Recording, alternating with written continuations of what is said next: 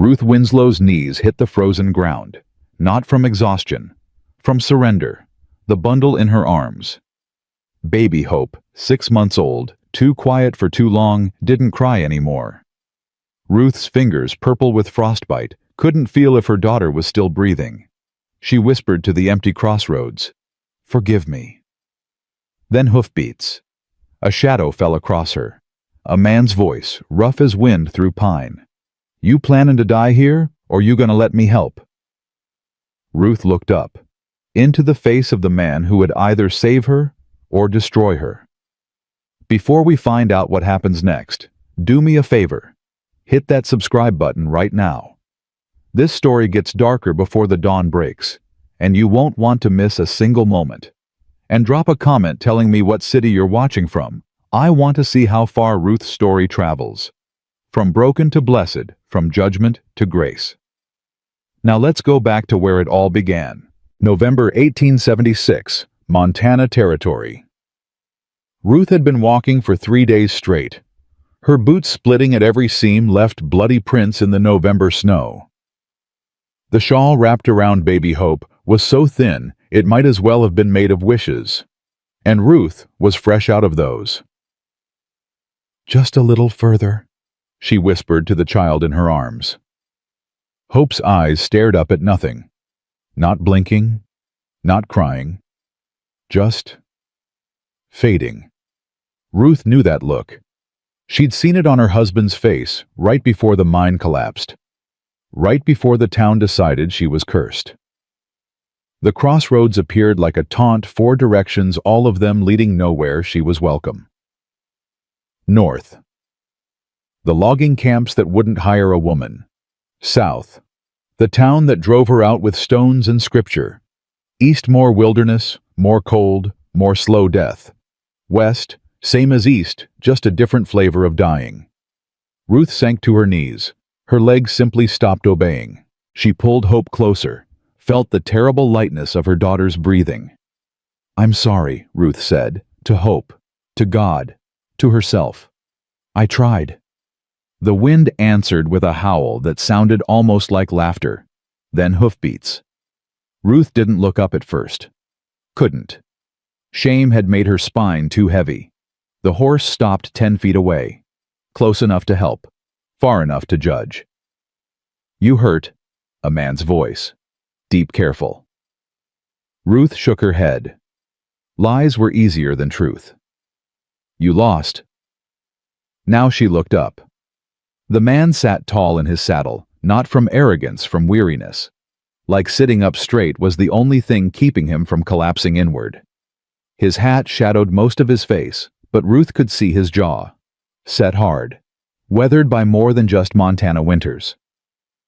"Yes," Ruth said.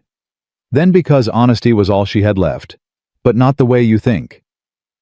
The man studied her, his eyes gray, like a sky that couldn't decide between storm and calm, moved from her face to the bundle in her arms, then back. "How long since that baby ate?" Ruth's throat closed. 2 days. Maybe 3. I lost track." The man dismounted in one smooth motion. He moved like water, deliberate, unhurried, inevitable. He pulled a canteen from his saddle, uncorked it, held it out. "Drink first. Can't feed a child if you're dead." Ruth's hands shook so badly she almost dropped it. The man stepped closer, steadied her grip with his own. His hands were huge, calloused, scarred across the knuckles, but gentle. "Slow," he said. "Your stomach ain't gonna trust you right away." The water tasted like life. Ruth forced herself to stop after 4 swallows. "The baby," she said. "Let me see her." Ruth hesitated. Every instinct screamed that men couldn't be trusted. Men took. Men judged. Men left. But Hope was dying. She held out her daughter. The man took Hope with the kind of care Ruth had only seen in women. He cradled her head, checked her breathing, touched her tiny wrist. "She's breathing," he said. "Weak but steady. You got any milk left?" Shame burned hotter than frostbite. "No." It dried up.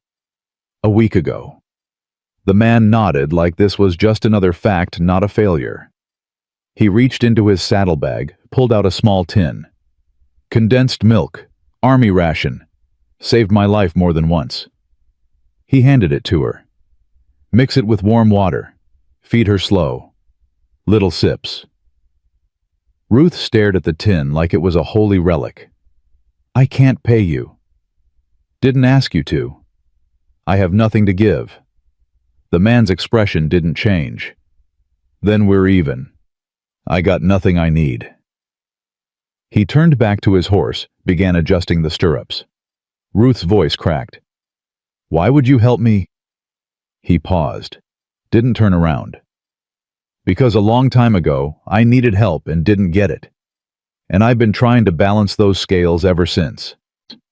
He swung back into the saddle, then extended a gloved hand down to her. Can you ride? I don't know. I haven't since. That ain't what I asked. Can you climb up here or not? Ruth looked at his hand, looked at Hope, looked at the 4 empty roads. She took his hand. His grip was iron. He pulled her up behind him like she weighed nothing. Ruth settled into the saddle, Hope tucked between her chest and his broad back. Hold on, the man said. And don't let go no matter what. Where are we going? Home. The word hit Ruth like a fist. Home. She'd forgotten what that sounded like. I don't even know your name, she said. Grant McCoy. I'm Ruth Winslow. Pleased to meet you, Mrs. Winslow. It's just Ruth, my husband. He's gone. Grant nodded once. Then it's just Grant. He spurred the horse forward. Ruth wrapped one arm around his waist, the other around Hope. For the first time in months, she felt warm. They rode in silence for 20 minutes. The landscape was brutal, endless white, interrupted by skeletal trees, mountains looming like judges in the distance. Ruth finally spoke. How far is your ranch? 2 hours in good weather, 3 in this cold. We'll make it before nightfall. What if we don't? Then we keep riding. His certainty was strange. Ruth had spent so long around people who hesitated, who calculated, who weighed every kindness against potential cost. Grant spoke like helping her was as natural as breathing. You don't know anything about me, Ruth said. Nope. I could be dangerous. Grant's shoulders moved, not quite a laugh, not quite a sigh. Lady, you're half dead from cold holding a baby that weighs less than a sack of flour. If you're dangerous, I'll take my chances. The town I came from, they said I was cursed. Now Grant did turn his head slightly. Not enough to see her face, just enough that she knew he was listening. That's so. My husband died in a mine collapse. They said I distracted him, made him careless, that I brought ruin to any man who... Her voice broke. They're not wrong. That what you believe, Ruth's silence was answer enough. Grant faced forward again. Well, Mrs. Ruth Winslow, I've been ruined before. Survived it. Figure I can survive it again. The horse plodded on. Snow began to fall soft at first, then harder. Ruth felt Grant's heartbeat against her cheek. Steady, unhurried, like a clock that refused to stop. Why? She whispered. Why would you risk this? Grant was quiet for so long. Ruth thought he wouldn't answer. Then, 2 years ago, my wife died. Childbirth. I was at the lumber mill closing a deal that was going to make us rich. Make her comfortable. She went into labor early, alone. By the time I got home... He stopped, started again. The midwife said if I'd been there, maybe it would have been different. Maybe I could have ridden for the doctor faster. Maybe I could have done something. But I wasn't there. I was choosing money over her. And she died thinking I didn't care enough to show up. Ruth's chest ached. I'm sorry. Me too. But sorry don't bring folks back. So I made myself a promise. Next time someone needs help, I ain't gonna hesitate. I ain't gonna calculate. I'm just gonna do the right thing fast and deal with consequences later. And I'm your consequence. No, ma'am. You're my chance to keep that promise. The snow fell harder now. The world turned white, erasing everything except the narrow path ahead. Ruth closed her eyes and held on. They reached the cabin as darkness swallowed the mountains. Ruth had expected something grand. Grant had mentioned lumber mills, money, success. But the cabin was simple, solid, lonely. It sat in a clearing ringed by pines, smoke curling from the chimney like a ghost trying to escape. A single lamp glowed in the window. Grant dismounted, helped Ruth down. Her legs buckled. He caught her before she hit the ground. "Easy. You've been riding for 3 hours on an empty stomach. Give yourself a minute." He carried both her and Hope to the door, kicked it open. The interior was warm, clean, heartbreaking. Ruth saw it immediately, the cabin of a man who'd stopped living and started surviving. Everything was functional. Nothing was comfortable. 2 plates sat on a shelf, one worn, one pristine with dust. A woman's shawl hung on a peg near the door, untouched. A rocking chair faced the fireplace, positioned perfectly for someone who would never sit there again. Grant set Ruth down gently in a chair by the fire. He took Hope, laid her on a pile of furs near the hearth. "Stay warm. I'll get food." He moved through the cabin with practiced efficiency, heating water, mixing the condensed milk, testing the temperature on his wrist. Every motion was careful, controlled. Like he was afraid if he slowed down, he'd remember how to feel. Ruth watched him feed Hope with a patience that made her throat tight. He tilted the tin cup, let tiny drops fall onto the baby's lips. Hope's eyes fluttered, then opened. She drank. Slow. Weak. But drinking. "She's gonna make it," Grant said. Not a question. A decision. When Hope finally fell asleep, really asleep, not that terrible half-death, Grant turned to Ruth. "Your turn." He handed her a bowl of stew. Venison, potatoes, carrots. Simple food that tasted like heaven. Ruth ate slowly. Every bite felt like betraying her guilt. She didn't deserve this warmth, this kindness, this second chance. Grant sat across from her, drinking coffee from a chipped mug. "You can stay," he said. "Long as you need." Ruth looked up, startled. "I can't." Wasn't a question. "People will talk." "Let 'em. They'll say terrible things. About both of us." Grant's expression didn't change. "Mrs. Winslow, Ruth, I stopped caring what people thought the day I buried my wife, and the town told me it was my own fault. If they want to add more sins to my ledger, they're welcome to try." Ruth set down her spoon. "What do you want from me?" Honestly. "Yes." Grant leaned back, studied the ceiling like it held answers. "I want this place to stop feeling like a grave. I want to hear footsteps that ain't mine. I want to remember what it's like to have someone to talk to at supper." He looked at her then. Really looked. "I want to save you. Because maybe if I do, it'll balance out the one I couldn't save."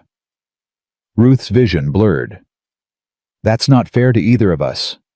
"No, but it's honest." They sat in silence. The fire crackled. Hope snored softly. Finally Ruth spoke. "I can cook, clean, mend clothes. I worked as a laundress before everything. Then I'll pay you wages, room, board, and $20 a month. Fair. $20 a month was more than fair. It was generous. It was salvation." "Why would you do this?" Ruth asked again. Grant stood, moved to the fireplace. He pulled something from his pocket, a small tin-type photograph. He stared at it for a long moment, then held it out. Ruth took it, saw a young woman with dark hair and kind eyes smiling at the camera like she had a secret. "Anna," Grant said. "My wife. She always brought home strays. Dogs, cats, injured birds. Drove me crazy. I'd ask her why she kept collecting creatures that couldn't pay her back." He took the photo, put it back in his pocket. She'd say, "Grant, love ain't a transaction. It's a choice. You choose to give it expecting nothing in return. That's what makes it love." His jaw tightened. I didn't understand what she meant until she was gone. Until I realized I'd spent so much time building an empire that I forgot to just choose her every day, without condition. He looked at Ruth. So that's what I'm doing now, choosing to help you. Because Anna would have. And because maybe if I live the way she wanted me to, I'll stop feeling like I failed her. Ruth's tears came fast and silent. She covered her mouth, trying to hold them back. Grant turned away, giving her privacy. The room in the back was Anna's sewing room. It's yours now. I'll bring your things. Wait, you don't got things. No. Then tomorrow we'll ride to town. Get you proper clothes, boots that don't leak, blankets for the baby. Grant, I can't accept. You can, and you will. Because I need this, Ruth. I need to feel like I'm doing something right for once. He moved toward his bedroom door, paused with his hand on the knob. One more thing. If anyone asks, and they will, you're my housekeeper. That's all. I ain't gonna let anyone sully your name or mine by suggesting otherwise. Clear? Clear. Good. Sleep well, Mrs. Winslow. Ruth. He almost smiled. Ruth. The door closed. Ruth sat alone by the fire. Hope sleeping peacefully for the first time in weeks. She pulled the baby close, buried her face in the soft fuzz of her hair. We made it, she whispered. We're home. But even as she said it, Ruth knew the truth. This wasn't home. This was borrowed time. And borrowed time always ran out. The next morning arrived with brutal cold and brittle sunshine. Ruth woke to the sound of an axe biting wood, steady, rhythmic, relentless. She dressed in her threadbare clothes, wrapped Hope in the cleanest blanket she could find, and stepped outside.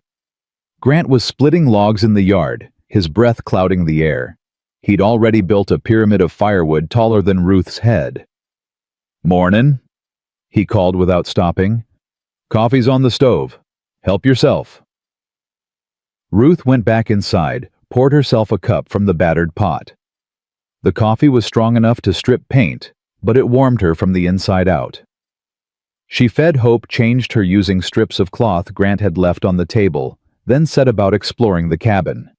It didn't take long. One main room with fireplace, table, and chairs. Grant's bedroom to the left. Her new room, Anna's sewing room, to the right. A root cellar accessed through a trap door in the floor. But it was the details that broke Ruth's heart. The two plates. One used daily, the other gathering dust. The rocking chair positioned perfectly, never used. A woman's hairbrush on a shelf, still holding strands of dark hair. A wedding ring on a leather cord, hanging from a nail above Grant's bed. This wasn't a home. It was a shrine. And Ruth was the intruder. Grant came in an hour later, cheeks flushed from cold and exertion. You ready? For what? Town. Gotta get you supplies. Unless you plan on wearing that dress till it disintegrates. Ruth looked down at her clothes, more patches than original fabric, stained with road dust and failure. I can't go to town. Why not? Because they'll... She stopped. Started again. The last town I was in, they threw rocks, called me a witch, said I killed my husband with my curse. Grant's expression hardened. They throw rocks here, they'll answer to me. Grant, you don't understand. When people decide you're cursed, facts don't matter. Truth don't matter. They see what they want to see. He stepped closer, not threatening, just solid. Then let 'em see me standing next to you. Let 'em see I ain't afraid. You should be. But I ain't. They stared at each other. Ruth saw something in his eyes she'd forgotten existed: belief. Not in God or luck or justice. In her. All right, she whispered. But if this goes bad, it won't. If it does, you let me walk away. Don't defend me. Don't fight for me. Just let me go. Grant's jaw worked. Can't promise that. Then I can't go to town. He exhaled hard, looked at the ceiling, then back at her. Fine. I promise if things go bad, I'll let you walk away. But Ruth, yes. Things ain't gonna go bad, because I won't let 'em. The town was called Silver Ridge. Population 300, judgment capacity infinite. They rode in together, Grant on his horse, Ruth seated behind him with Hope. Every eye turned, every conversation stopped. Ruth felt the weight of their stares like hands pressing down on her chest. Grant dismounted in front of the general store, helped Ruth down. She kept her head up, spine straight. If they were going to judge her, they'd do it while she looked them in the eye. The store owner, a thick man with suspicious eyes, watched them enter. "McCoy," he said, no warmth in it. "Barton, need supplies." "What kind?" "Clothes for a lady. Boots, dress shawl. Baby blankets. Flour sugar coffee." Barton's eyes slid to Ruth. "This the woman folks been talking about. This is my housekeeper, Mrs. Winslow. She'll be staying at my ranch through winter." Barton's expression said he believed that, like he believed in mermaids. "That's so." "That's so. Now you gonna sell me supplies or stand there gawkin'?" Barton moved slow, gathering items with deliberate skepticism. Ruth held Hope close, trying to make herself small. A woman entered, 50ish, sharp-eyed, dressed in black. "Grant McCoy," she said. "Been a while." "Mrs. Doyle." "Heard you brought home a stray." Grant's shoulders tensed. "I brought home a housekeeper." Mrs. Doyle moved closer to Ruth, studying her like a specimen. "You the widow from Coppertown, the one they ran out?" Ruth's throat closed. She managed a nod. "Heard you got a reputation. Heard men die when you're around." "Martha." Grant's voice dropped to a warning, but Mrs. Doyle wasn't done. "Also heard you birthed that baby on the road, alone, in December, and kept her alive for 6 months with nothing but willpower." Ruth blinked. That wasn't the tone she expected. Mrs. Doyle smiled, not kind but not cruel. Calculating. "Takes a strong woman to survive that. Takes a stronger one to walk into this town knowing what folks will say." She turned to Grant. "She really your housekeeper?" "Yes." "You paying her fair wages, 20 a month plus room and board?" Mrs. Doyle's eyebrows rose. "That's generous." "She's worth it." The older woman studied them both, then nodded slowly. "All right then. Welcome to Silver Ridge, Mrs. Winslow. I expect we'll be seeing more of you." She left. Ruth exhaled. Grant paid Barton, loaded the supplies onto his horse. They were halfway to the door when a man blocked their path. Tall, well-dressed, expensive boots. He smiled, but it didn't reach his eyes. "Grant, didn't expect to see you in town." "Blackwell." Grant's tone went flat. "And this must be the woman everyone's discussing." The man Blackwell tipped his hat to Ruth. "Judge Richard Blackwell, ma'am. I handle legal matters in Silver Ridge." "Mrs. Winslow," Ruth said quietly. "Winslow." Blackwell's eyes sharpened. "Any relation to Thomas Winslow worked the copper mine in Coppertown?" Ruth's stomach dropped. "He was my husband." "Was?" "He died. Mine collapse." Blackwell's expression shifted, not quite pity, not quite satisfaction. Something in between. "I heard about that. Tragic. They said a lot of things." Grant interrupted. "Most of 'em lies. We done here." Blackwell stepped aside, but his eyes stayed on Ruth. "Just wanted to introduce myself, ma'am. If you need legal counsel while you're in Silver Ridge, my door's always open." "She won't," Grant said. They left. Outside, Ruth's hands shook so badly she almost dropped Hope. "You all right?" Grant asked. "He knows. Everyone's gonna know." "Let 'em. Don't change nothin'." "Grant, you don't understand. They're gonna say—" "I know what they're gonna say, and I don't care." He lifted her onto the horse swung up behind her. "You're too good at this," Ruth whispered. "At what?" "Not caring what people think." Grant was quiet for a moment. Then, "I ain't good at it. I just got better at pretending, because the alternative is letting their judgment run my life. And I already lost too much to fear." They rode home in silence. Ruth realized something on that ride. Grant McCoy wasn't fearless. He was just more afraid of being a coward than being judged, and that she thought might be the bravest thing of all. Winter settled over the cabin like a held breath, waiting to be released. Ruth woke before dawn every morning, not because she had to, but because silence felt dangerous. Silence meant thinking. Thinking meant remembering, and remembering meant drowning. So she moved, cooked, cleaned, mended Grant's shirts with thread she pulled from her own tattered hem. Anything to keep her hands busy and her mind quiet. Grant never asked her to do any of it. That was the strange part. He'd said housekeeper offered wages, but he never once told her what needed doing. He just worked chopping wood, checking trap lines, repairing tools in the shed. And when he came inside, he'd find dinner waiting and look almost surprised, like he'd forgotten people could do things for each other. 3 weeks in, Ruth finally spoke what had been building in her chest. "You don't have to pay me." Grant looked up from his coffee. "We had a deal." "I know, but—" "Then we keep it." "I haven't earned it. I'm just—" "Ruth." He set down his cup. "You feedin' me?" "Yes." "Keepin' this place from fallin' into chaos?" "I suppose." "Then you're earnin' it. Stop arguin'." Hope cooed from her basket by the fire, reaching fat baby hands toward the light. She'd gained weight, grown stronger, started laughing at things only babies could see. Ruth watched Grant watch the baby, saw something flicker across his face, pain, longing, something too complicated to name. "You can hold her," Ruth said quietly, "if you want." Grant's hands stilled on his cup. "Wouldn't be appropriate." "Why not?" "Because she ain't mine to hold. She's a baby Grant, not property." He stood, abruptly grabbed his coat.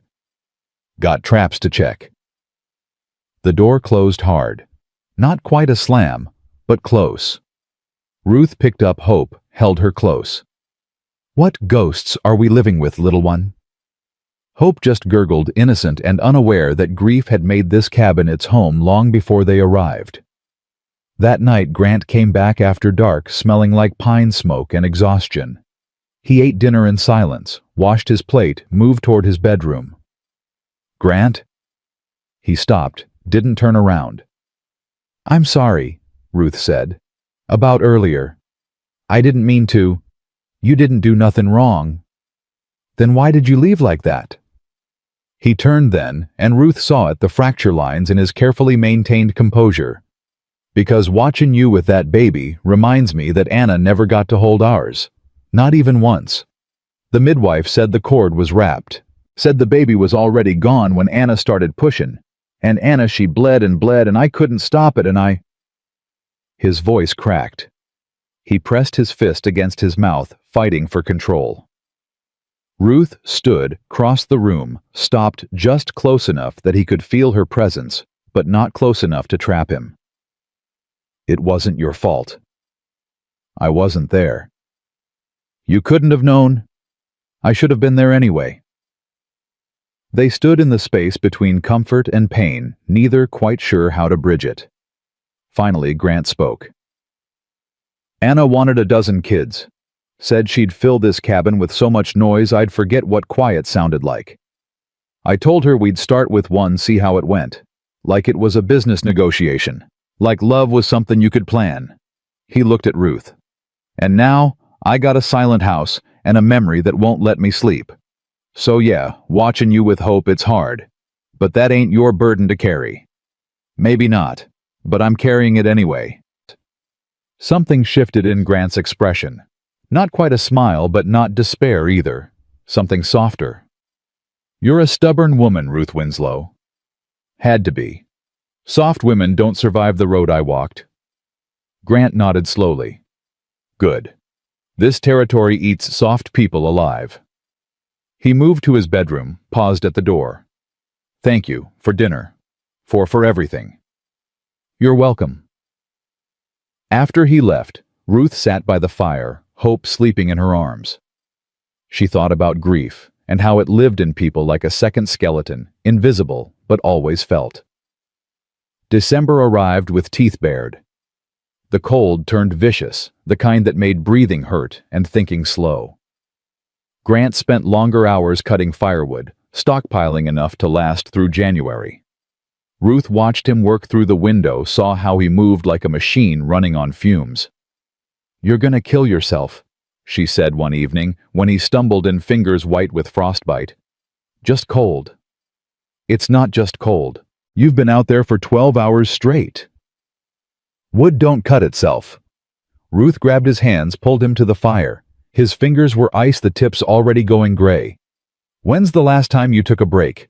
Grant tried to pull away. "I'm fine." "You're not fine. Sit down." "Ruth." "Grant McCoy, sit down before I make you." He blinked, surprised. Then slowly he sat. Ruth knelt in front of him, began rubbing warmth back into his hands. His fingers were huge in hers, scarred and calloused, trembling slightly from cold and exhaustion. "You can't save everyone by working yourself to death," she said quietly.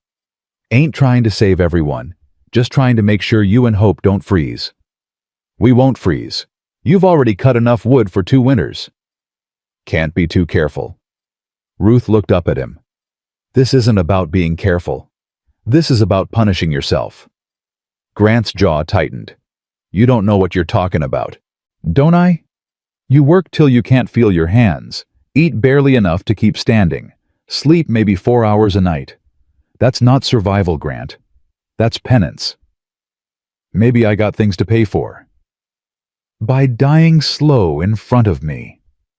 Her voice cracked on the last word. Grant's eyes widened slightly. "Ruth, you saved my life. You saved Hope's life. And now I'm watching you try to end yours, and I can't. I won't." She stopped, tears hot on her cheeks. She hadn't cried in months, hadn't let herself. But something about Grant's stubborn self-destruction broke through her carefully built walls. Grant pulled his hands free, cupped her face gently. His palms were warming now, rough but careful. "I ain't trying to die," he said. "I'm just trying to feel useful, trying to feel like I matter to someone." "You matter to me." The words hung between them, too big and too honest. Grant's thumb brushed a tear from her cheek. "You don't know me well enough for that to be true." "Maybe not. But I know you're the first person in 2 years who looked at me and saw something worth saving. That matters." They stayed like that, her kneeling him, sitting, both holding on to something neither could name. Then Hope cried from her basket, shattering the moment. Ruth stood quickly, turned away. Grant cleared his throat, stood, moved toward his room. "Get some sleep," Ruth said without looking at him. "You too." But neither of them slept that night. Ruth knew because she heard him moving around his room at 3 in the morning, restless and awake. And Grant knew she was awake because he could hear her singing quietly to Hope, the same lullaby she sang every night. They were 2 broken people trying to heal in the same house, and neither knew if they were helping or hurting each other. A week later, Grant brought home a surprise. He walked in carrying something wrapped in canvas, set it down carefully by the fire. "What is that?" Ruth asked. "Open it." She unwrapped the canvas. Inside was wood, smooth, carefully cut, already taking shape. "A cradle," she whispered. "Hope's outgrowing that basket. Figured she needs something proper." Ruth ran her fingers over the wood. The grain was beautiful, the joints already fitted. "Grant, this ain't finished yet. Needs rockers, a hood, some sandin'. Thought maybe—" He cleared his throat. "Thought maybe you'd want to help build it." Ruth looked up sharply. "Me? You said once you wanted to learn not to be afraid of tomorrow. Figured building something for tomorrow might help." Her throat closed. She nodded, not trusting her voice. The next day, they worked together in the woodshed. Grant showed her how to hold the plane, how to let the blade ride the grain, how to feel when the wood was fighting back. Gently. He set his hands over hers, guiding the motion. Let the tool do the work. Ruth felt the warmth of his chest against her back, the steadiness of his breathing. She smelled pine and wood smoke and something distinctly Grant leather and coffee and winter air. "Like this?" she asked. "Exactly like that." The plane moved smooth, peeling away a thin ribbon of wood. "You're a natural," Grant said. "Liar." "Honest truth. You got patient hands." They worked in comfortable silence, passing tools back and forth, falling into a rhythm they hadn't planned but somehow found anyway. Ruth caught herself smiling. Actually smiling. When was the last time that happened? "What?" Grant asked, noticing. "Nothing. Just this is nice. Building something instead of running from something." Grant nodded slowly. "Yeah, it is." Then hoofbeats outside, fast and purposeful. Grant's expression shuddered. He set down his tools, moved to the door. A man dismounted, older, dressed in black, wearing a white collar. "Preacher." "Grant McCoy," the man called. His voice carried judgment like a second skin. "Reverend Silas." Grant stepped outside. Ruth followed, hope on her hip. Silas's eyes found Ruth, immediately narrowed with recognition. "Mrs. Winslow, didn't expect to find you here." "She's my housekeeper," Grant said flatly. "Is that what we're calling it now?" Silas's smile was thin. "Grant, I'm here as a friend. The town is talking. About you. About this arrangement." "Let 'em talk." "It's not that simple. You're a prominent man. Wealthy. Unmarried. And she's a widow with a questionable past." "Careful." Grant's voice dropped to something dangerous. Silas held up his hands. "I'm not making accusations. I'm simply saying appearances matter. If you want to help this woman do it properly, marry her, or send her away. But this middle ground, it's damaging both your reputations." Ruth felt ice spread through her chest. She'd known this was coming. Had known it since the moment she accepted Grant's help. "I appreciate your concern, Reverend," Grant said. "But my private affairs are exactly that. Private. Not when they affect the moral fabric of our community." "Then maybe your community needs to examine its own moral fabric before judging mine." Silas's expression hardened. "I'm trying to protect you, Grant, both of you. But if you insist on this path, don't be surprised when people draw their own conclusions." He mounted his horse, looked down at Ruth. "Mrs. Winslow, I hope you know what you're doing. Men like Grant, good men with wounded hearts, they make promises they can't keep. Don't mistake charity for love." He rode away, leaving his poison behind. Ruth turned to go inside. Grant caught her arm. "Don't listen to him." "He's right though, isn't he? I'm ruining your reputation just by being here." "My reputation can survive." "Can it? Or are you just too stubborn to admit when you've made a mistake?" Grant's hand dropped. "That what you think this is? A mistake?" Ruth looked at him. Really looked. Saw the exhaustion in his eyes, the weight he carried, the way he held himself, like he was always bracing for the next loss. "I think you're trying to save me because you couldn't save her. And that's not fair to either of us." "Maybe. Or maybe I'm saving you because you deserve saving. Did you consider that? No one's ever thought that before." "Then everyone before me was a fool." They stood in the cold, words floating between them like smoke. Finally Ruth spoke. "What happens when winter ends, Grant? When spring comes and people see I'm still here?" "I don't know, but I know I ain't gonna let them drive you away." "You might not have a choice." Grant's jaw set. "There's always a choice, and I'm choosing you." The words landed heavy and impossible. Ruth didn't know what to do with them, so she did what she always did, walked away before they could mean too much. But that night, lying in Anna's old sewing room, she couldn't stop hearing them. "I'm choosing you." No one had ever chosen her. Not her parents who died too young. Not her husband who'd been too distracted to live. Not the town that drove her out with stones and scripture. But Grant, broken, stubborn, impossible. Grant was choosing her. And God help them both, she was starting to choose him back. Christmas arrived without ceremony. Ruth woke to find Grant already outside working. She made breakfast fed. Hope tried to pretend it was just another day. But it wasn't. It was the first Christmas since Thomas died. The first Christmas Hope would remember, even if only in the quiet of her bones. Grant came in at noon, stamped snow from his boots. "Got something for you?" Ruth turned from the stove.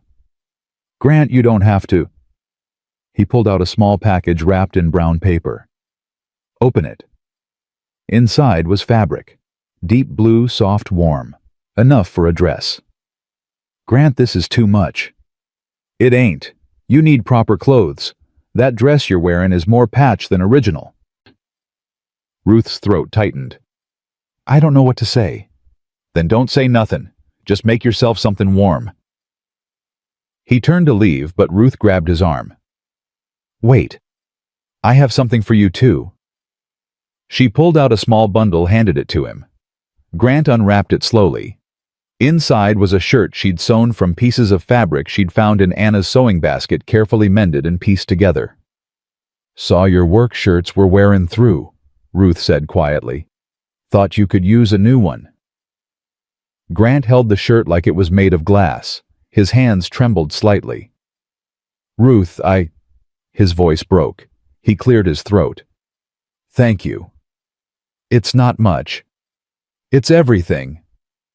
He looked at her then, and Ruth saw it, the naked gratitude, the desperate loneliness, the hope he was too afraid to name.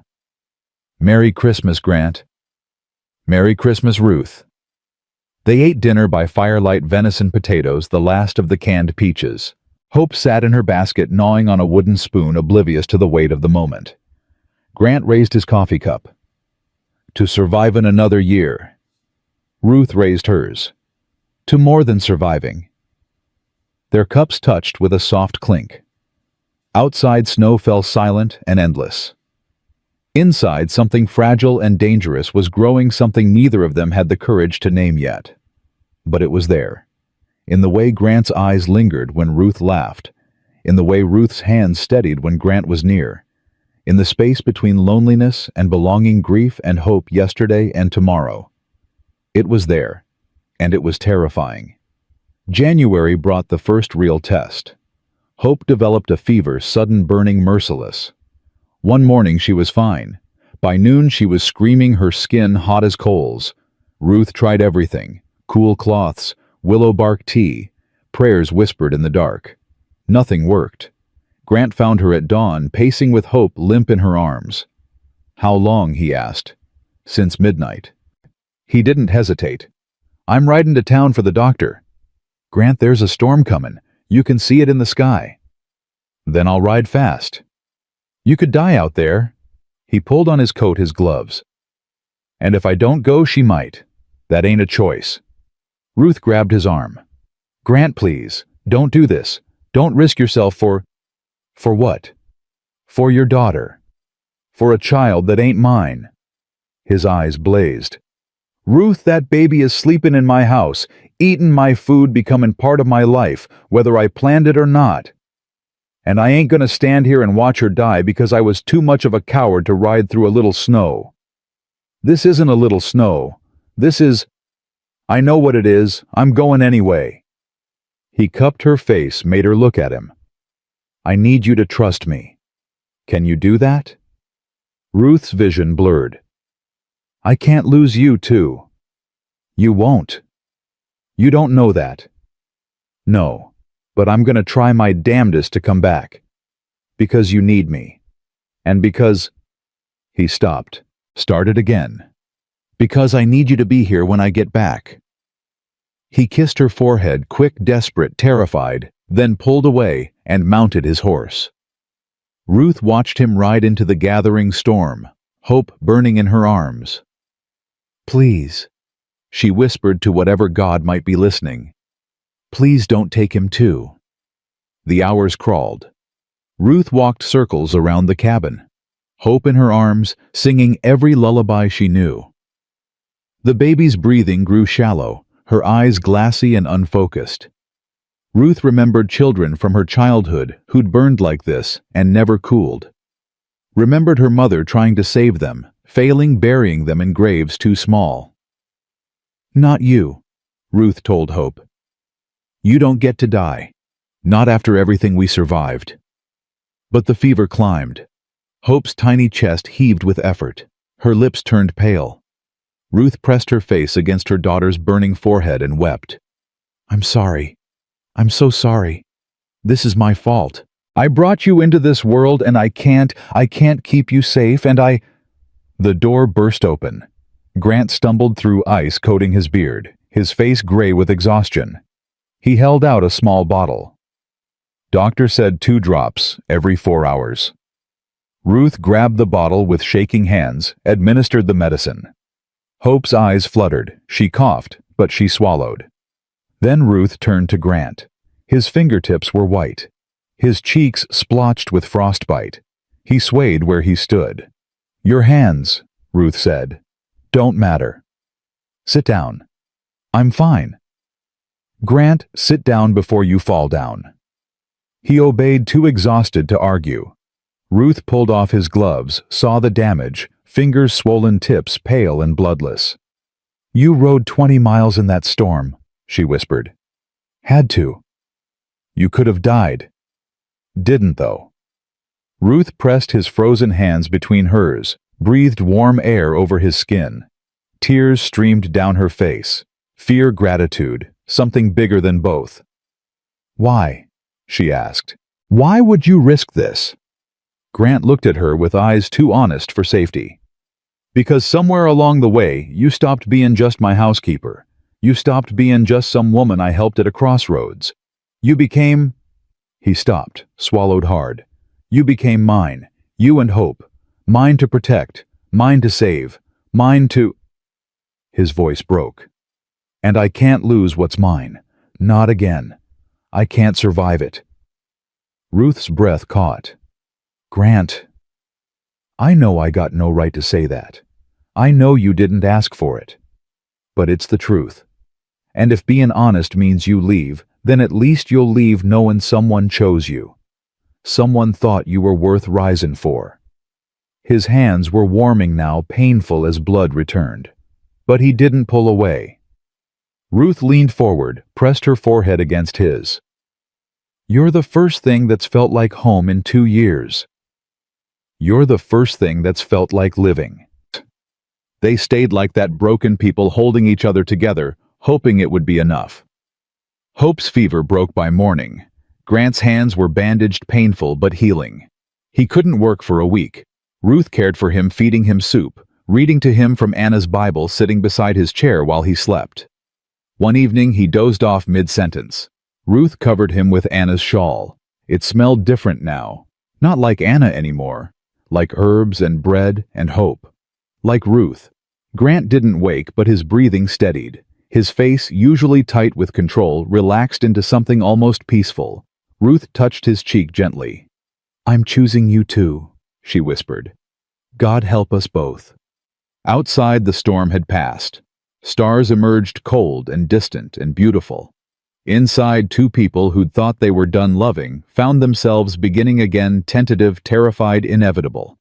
The cradle sat unfinished in the woodshed waiting. But something else was being built now. Something slower and stronger.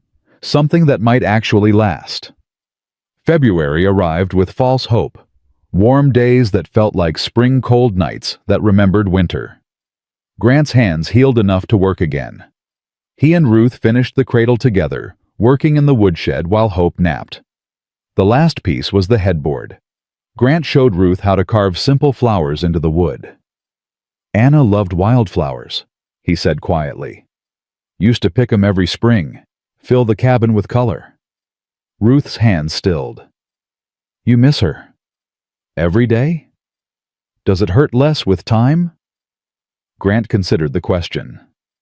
"No. You just get better at carrying it. Like learning to walk with a limp. Still hurts, but you figure out how to keep moving." "I'm not trying to replace her."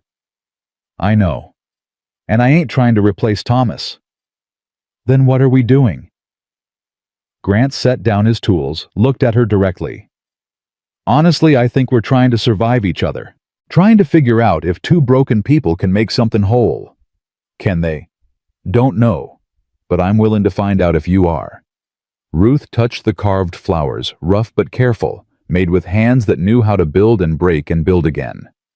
I'm willing, she whispered. Grant's hand covered hers on the wood. Then that's enough. They finished the cradle that afternoon. Carried it inside together, set it by the fire. Hope fit perfectly, her fat baby hands reaching for the carved flowers. Ruth stood back, looked at what they'd made together. It's beautiful. It's ours, Grant said. And the way he said it, ours, not mine, or yours but ours, made Ruth's chest ache with something dangerously close to hope.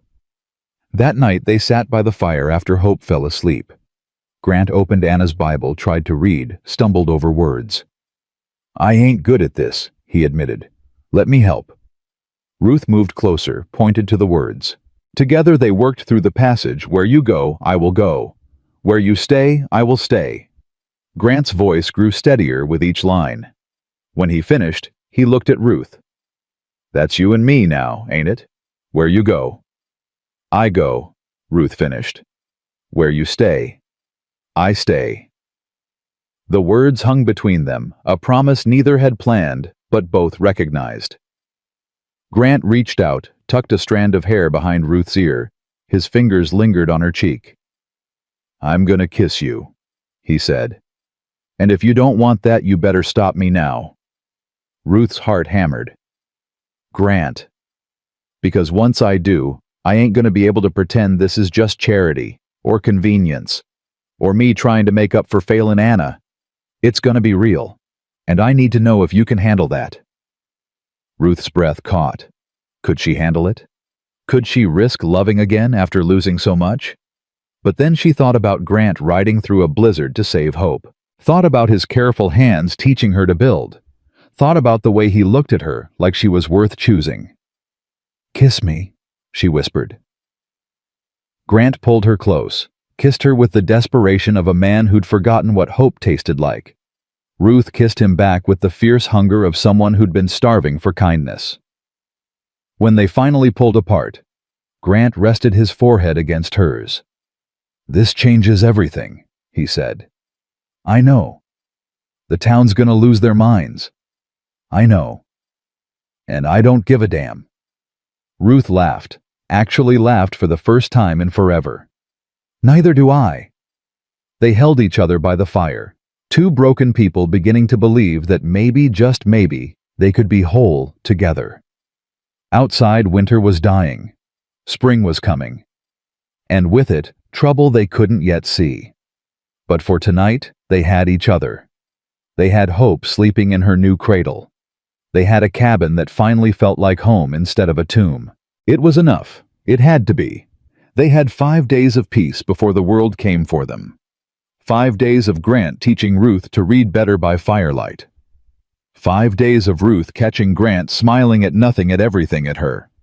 5 days of Hope laughing when Grant made shadow puppets on the wall, her fat baby hands reaching for shapes that couldn't be caught. 5 days of pretending they could build a life in hiding. Then, Judge Blackwell arrived with 4 riders at dawn. Ruth heard them first hoofbeats coming fast, purposeful. She was kneading bread flour, dusting her hands, when the sound made her freeze. Grant. He was already moving to the window, his body going tense in that way that meant danger. Stay inside, he said. Grant who? Stay inside with Hope. Lock the door after me. He grabbed his coat and stepped onto the porch before Ruth could argue. She scooped Hope from her cradle, pressed against the wall by the window, where she could see but not be easily seen. Judge Blackwell dismounted first. Behind him came Sheriff Tom Briggs, Reverend Silas, and 2 men Ruth recognized from town: Henry Barton, who ran the general store, and James Webb, who owned the bank. All men of standing.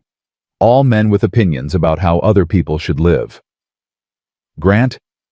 Blackwell called out, his voice carrying false warmth. Hope we're not interrupting. What do you want, Richard? Just a conversation, man to man, about the situation here. Grant's stance widened slightly. his shoulders squaring. "Ain't no situation, just my life, my business." Sheriff Briggs stepped forward, his hand resting on his gun belt. Not threatening exactly, but not friendly either. "Grant, we're here as concerned citizens. You understand how this looks. How what looks? You, her, that baby, living here, unmarried."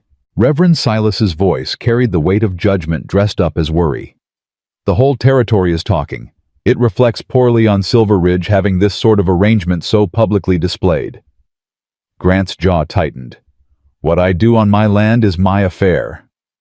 "Not when it affects community standards," Barton interjected. "We got families here, Grant, children. They see this, and they ask questions their parents shouldn't have to answer." Webb nodded. "There's also the financial consideration. Your timber contracts, your business relationships, investors talk. They hear about scandal, they get nervous." Ruth's chest tightened. They were circling these men, testing Grant's defenses, looking for the crack where they could wedge their judgment in. Blackwell's expression softened into something that might have been sympathy on a more honest face. "Grant, we know your heart. We know you're trying to help this woman, and that's admirable. But there's a right way and a wrong way to show Christian charity." "And what's the right way, Richard? Marry her, make it proper, or send her away with enough money to start fresh somewhere else. But this middle ground, it's destroying both your reputations." Grant was quiet for too long. Ruth watched his shoulders, saw them curve inward just slightly. Saw him looking at these men, pillars of the community, men whose opinions had weight, and she saw the calculation happening behind his eyes. The cost of defying them, the price of standing alone. "I'll need time to consider," Grant finally said. Ruth's stomach dropped. "Of course," Blackwell said smoothly. "We're not unreasonable men. Take a few days. Think about what's best for everyone involved. But Grant..." His tone hardened. "We can't let this continue indefinitely. One way or another, this situation needs resolution." The men mounted their horses. Blackwell paused, looked toward the cabin window where Ruth stood hidden. "Mrs. Winslow," he called out, knowing she was listening, "I hope you understand we mean you no harm. We simply want what's best for everyone." Then they rode away, leaving their poison behind like a stain. Grant stood on the porch long after they'd gone. When he finally came inside, he wouldn't meet Ruth's eyes. "Grant. Not now. We need to talk about..." "I said not now, Ruth." He grabbed his axe and went outside. Ruth heard him splitting wood with vicious, desperate strikes, the sound of a man trying to chop his way through an impossible problem. Hope whimpered.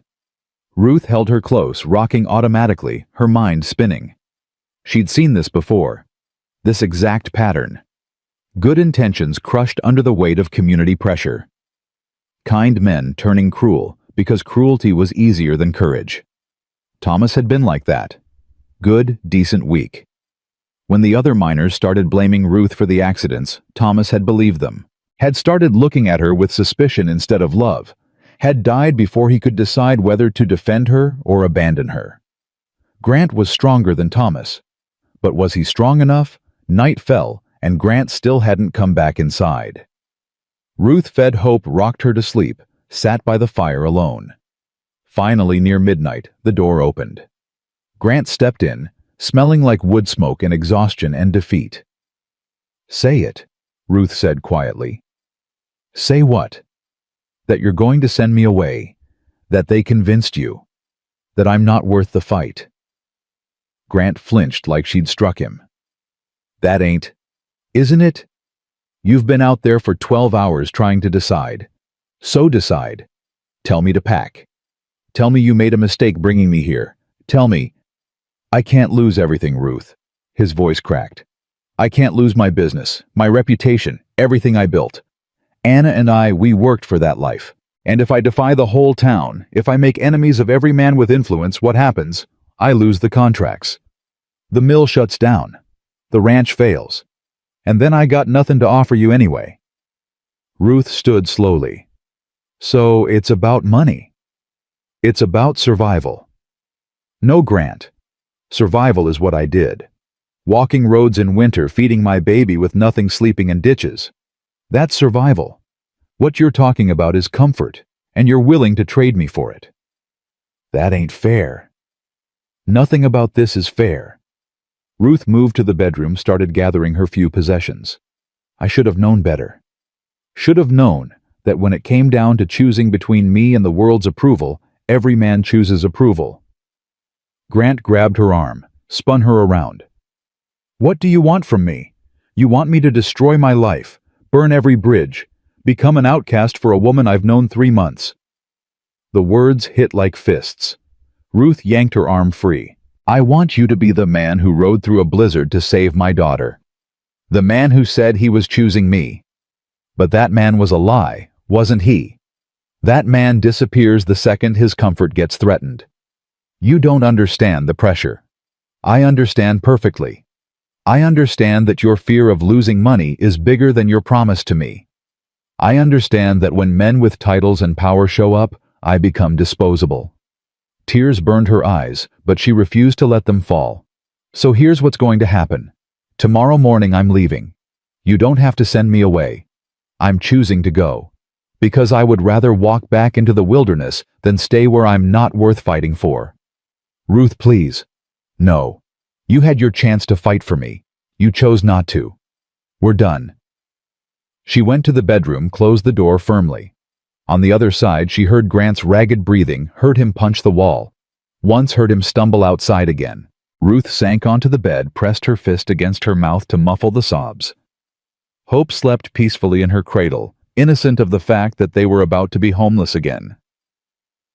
I'm sorry, baby girl, Ruth whispered. I thought we'd found home. But home isn't real. Home is just another word for temporary.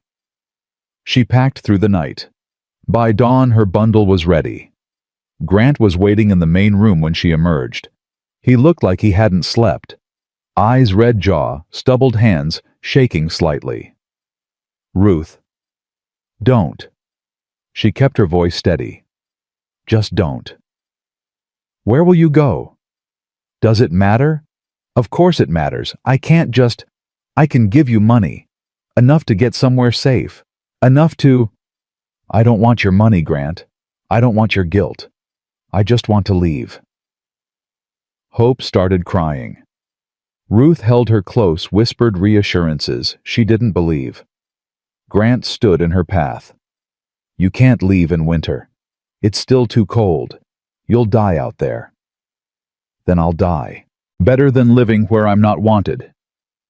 I want you here. But not enough to fight for me. Not enough to risk anything that matters to you. Grant's face crumpled. Ruth, please. Give me time to figure this out. There has to be a way to... There isn't. Men like Judge Blackwell, they don't compromise. They demand obedience. And men like you... Her voice broke. Men like you always cave. She pushed past him, opened the door. The cold hit her like a slap. She'd forgotten how brutal Montana winter could be when you didn't have walls around you. She started walking anyway. Behind her, Grant called out, Ruth, don't do this, don't... His voice cracked. Don't leave me alone again. Ruth stopped. Didn't turn around. You chose alone, Grant. You just chose it without me. She kept walking. She made it half a mile before her legs gave out. Not from cold this time, from heartbreak. From the crushing weight of being discarded again. From the realization that she'd let herself hope, and hoping had destroyed her. Ruth sank against a tree, hope crying against her chest. She was so tired. Tired of walking. Tired of fighting. Tired of being the woman everyone found easy to abandon. I'm sorry, she told Hope for the 100th time. I'm so sorry you got stuck with a cursed mother. Hope just cried, hungry and cold, and too young to understand that the world was cruel to women like them. Ruth closed her eyes. Maybe she'd just rest here, just for a minute. Just until the cold didn't hurt anymore. Then hoofbeats. Again. Always hoofbeats at the worst moments. Ruth didn't look up, didn't care. Let whoever it was judge her, pity her, leave her. She was done performing for an audience that never applauded. "Mrs. Winslow?" Not Grant's voice, rougher, older. Ruth forced her eyes open. Sheriff Briggs sat on his horse looking down at her with an expression she couldn't read. "You shouldn't be out here," he said. "Don't much care what I should or shouldn't do anymore, Sheriff." He dismounted, moved closer. "McCoy send you away." "I left." "Same thing, maybe." Ruth laughed bitterly. "Maybe." Briggs crouched down to her level, his knees cracking. "Can I tell you something, ma'am? Not as sheriff. Just as a man who's lived too long and seen too much." Ruth shrugged. What did it matter? Grant McCoy loved his wife fierce. When she died, it broke something in him. Made him afraid. Not of death, Grant ain't afraid of dying. Made him afraid of failing someone again, of not being enough when it mattered. Then he should have stayed broken. Shouldn't have made promises he couldn't keep. Maybe. Briggs pulled out a canteen, offered it. Ruth drank because dehydration killed just as sure as cold. Or maybe he's just a man trying to figure out if love is worth the risk of losing everything. And maybe he's making the wrong choice right now because he's terrified. Fear doesn't excuse cruelty. No, ma'am, it don't. But sometimes good men do wrong things because they're scared. Don't make it right. Just makes it human. Ruth looked at him. Why are you telling me this? Because I was there when Anna died. Watched Grant try to save her fail, then spend 2 years punishing himself for it. And last week, I saw him ride through a blizzard that should have killed him to save your little girl. That ain't a man who don't care, Mrs. Winslow. That's a man who cares too much and don't know how to handle it. Briggs stood, offered his hand. Come on. I'll take you back to town. Get you somewhere warm while you figure out your next move. Ruth stared at his hand. Charity again. Pity dressed up as kindness. And if I refuse, then I arrest you for child endangerment and take you anyway. Your choice. At least it was honest. Ruth took his hand, let him pull her up. He lifted her onto his horse. Her and Hope both then swung up behind her. For what it's worth, Briggs said quietly as they rode. I told the judge and the reverend they were wrong. Told them Grant's personal life ain't their business. But men like that, they don't listen to reason. They listen to power, and they got more of it than I do. Why didn't you say that when they came to the cabin? Because I'm a coward too, ma'am. Just like most men when it comes down to choosing between doing right and keeping status quo. At least he admitted it. That was something. They rode into Silver Ridge just as the town was waking. Briggs took her to a small boarding house run by an elderly woman named Sarah Mitchell. Mrs. Mitchell here is one of the few decent souls in this town, Briggs said. She'll give you room and board till you figure out what's next. I'll cover the cost. Ruth's pride wanted to refuse. Her daughter's needs wouldn't let her. Thank you, Sheriff. He tipped his hat. Don't thank me yet. This town's got a way of eating up women who don't fit their idea of proper. You watch yourself, Mrs. Winslow. Mrs. Mitchell was kind in that practical, no-nonsense way frontier women had. She showed Ruth to a small room, brought warm water for washing, didn't ask questions that would hurt to answer. You need anything, you call out, Mrs. Mitchell said. And don't mind the gossips. They'll talk no matter what you do. Ruth fed, Hope changed her, rocked her to sleep. Then she sat by the window and watched Silver Ridge wake up to another day of judgment and small cruelties. She saw women whispering on street corners, saw men pointing toward the boarding house, saw Reverend Silas walking with Judge Blackwell, their heads close together plotting righteousness, and she saw Grant's empty horse tied outside the saloon, which meant he was inside drowning his choices in whiskey. Good. Let him drown. Ruth turned away from the window and tried to figure out how to survive in a town that wanted her gone. 3 days passed like a slow death. Ruth barely left her room. Mrs. Mitchell brought food, took away dishes, asked no questions. Hope was the only thing keeping Ruth from completely unraveling. The baby needed her, so she got up, functioned, pretended to be whole. On the fourth day, someone knocked. Ruth opened the door, expecting Mrs. Mitchell. Found Martha Doyle instead. The older woman pushed past Ruth without invitation, set down a basket on the small table. Brought you some things. Bread, cheese, dried apples, and fabric for making the baby some proper clothes. Ruth stared. Why would you? Because I remember what it's like to be judged by men who never walked a mile in desperation. Martha's expression was sharp. Also because Grant McCoy looks like death warmed over, and someone needs to fix this mess before two stubborn people destroy each other. There's nothing to fix. He made his choice. Did he? Or did he panic and make the wrong choice and now he's too proud to admit it? Same thing. No, girl, it ain't. Martha sat heavily in the room's only chair. Let me tell you about my husband. Good man, decent. But when I lost our first baby, he couldn't handle my grief. Left me. Said it hurt too much to watch me suffer. Said he was doing me a favor. She smoothed her skirt. I hated him for years. Then one day he came back. Told me he'd been wrong. Told me that leaving was the most cowardly thing he'd ever done and that he'd spent every day since regretting it. Did you take him back? No. Because by then I'd learned to survive without him. Learned that my value didn't depend on whether a man was brave enough to love me, but I did forgive him. Not for his sake, for mine. Because carrying hate is heavier than carrying love. Martha leaned forward. Grant McCoy is making a mistake, but he's making it out of fear, not malice. And if you walk away now, you'll always wonder if he could have changed. If you could have been the thing worth fighting for.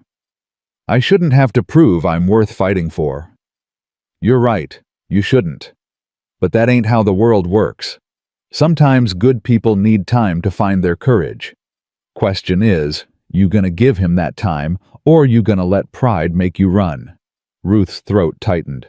What if I stay, and he still chooses wrong? Then you leave knowing you gave him every chance, and you move on without regret. Martha stood. But running now, that's just fear matching fear, and nothing good grows from that. She moved to the door, paused. Town meeting tonight at the church. They're discussing the moral situation, meaning you. Whole town will be there, including Grant. I'm not going to sit there and be judged by people who don't know me. Then don't sit, stand, speak. Make them see you as the person instead of a scandal. Martha's eyes glinted. Or hide up here and let them write your story without you. Your choice. She left. The basket remained full of kindness and challenge in equal measure. Ruth looked at Hope asleep in her basket. What do I do, baby girl? Do I fight or do I run? Hope slept on peaceful and unhelpful. Ruth spent the rest of the day pacing, arguing with herself, trying to decide if Martha was wise or just meddling. By sunset, she'd made her choice. The church was packed. Ruth stood outside holding Hope, her heart hammering. Through the windows, she could see the whole town, shopkeepers, farmers, families, all gathered to discuss her fate like she was property instead of person. She pushed open the door. Conversation stopped. Heads turned. Judge Blackwell stood at the front mid-speech. Mrs. Winslow, he said with false courtesy, we weren't expecting you. Clearly. Ruth walked down the aisle, her footsteps echoing. But since you're all so concerned about my moral character, I figured I should be present for my trial. Murmurs rippled through the crowd. Ruth saw Grant in the back corner, looking like he hadn't slept in days. Their eyes met. His face crumpled with something between relief and despair. Ruth forced herself to look away. She had something to say. She turned to face the congregation. You all know who I am. You know what they said about me in Coppertown, that I'm cursed, that men die around me, that I'm dangerous. She let that hang in the air. And you know what? Maybe they're right. Maybe I am cursed. My husband died. My town cast me out. I walked roads in winter with a baby who was dying in my arms. That's a life people would call cursed. She shifted Hope to her other hip. But I'm still here, And so is my daughter. We survived because one man, one stubborn, broken good man, decided we were worth saving. Decided that kindness mattered more than reputation. That mercy mattered more than gossip. Her voice strengthened. Grant McCoy gave me shelter when I had none. Gave my daughter medicine when she was dying. Treated me with respect when no one else would. And now you're here to tell him he's done something wrong. You're here to punish him for being kind. Judge. Blackwell stood. Mrs. Winslow, no one is punishing. Then what is this? What do you call a town meeting to discuss whether a man should be allowed to help someone in need? You call it concern. I call it cruelty dressed in Sunday clothes. Ruth turned to address everyone. I know what you think. That I seduced him. That I'm taking advantage. That I'm trying to trap a wealthy man. She laughed bitterly. I don't want Grant's money. I don't want his house. I don't want anything except the right to exist without being judged for crimes I didn't commit.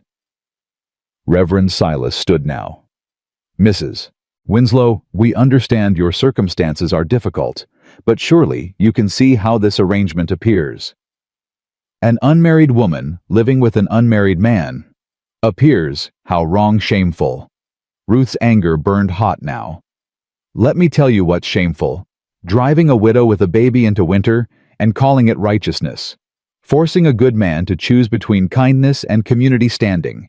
Using God's name to justify cruelty, that's shameful. The church was silent. Ruth turned to Grant. He was staring at her like she was something holy and impossible. I release you, she said quietly but clearly.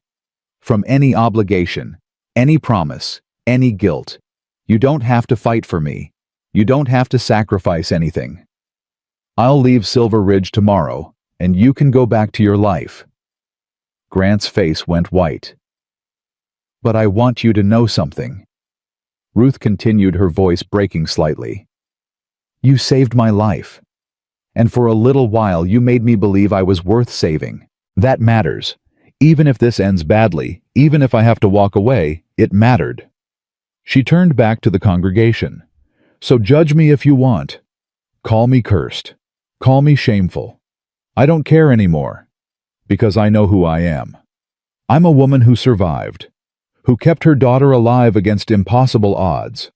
Who learned that sometimes the people who claim to speak for God are the ones who understand His mercy least. She walked toward the door. Every step felt like walking through water. Ruth?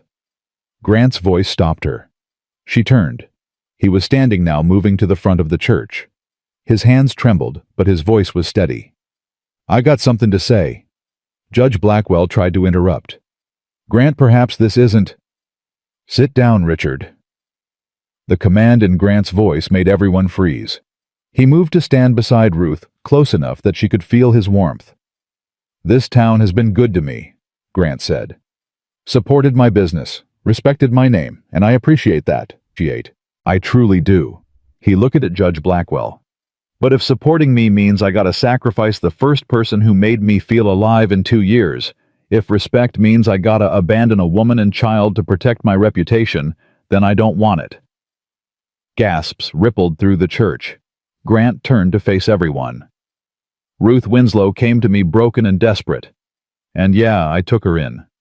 I gave her shelter, paid her wages, helped her daughter survive. And you know what happened? I started healing.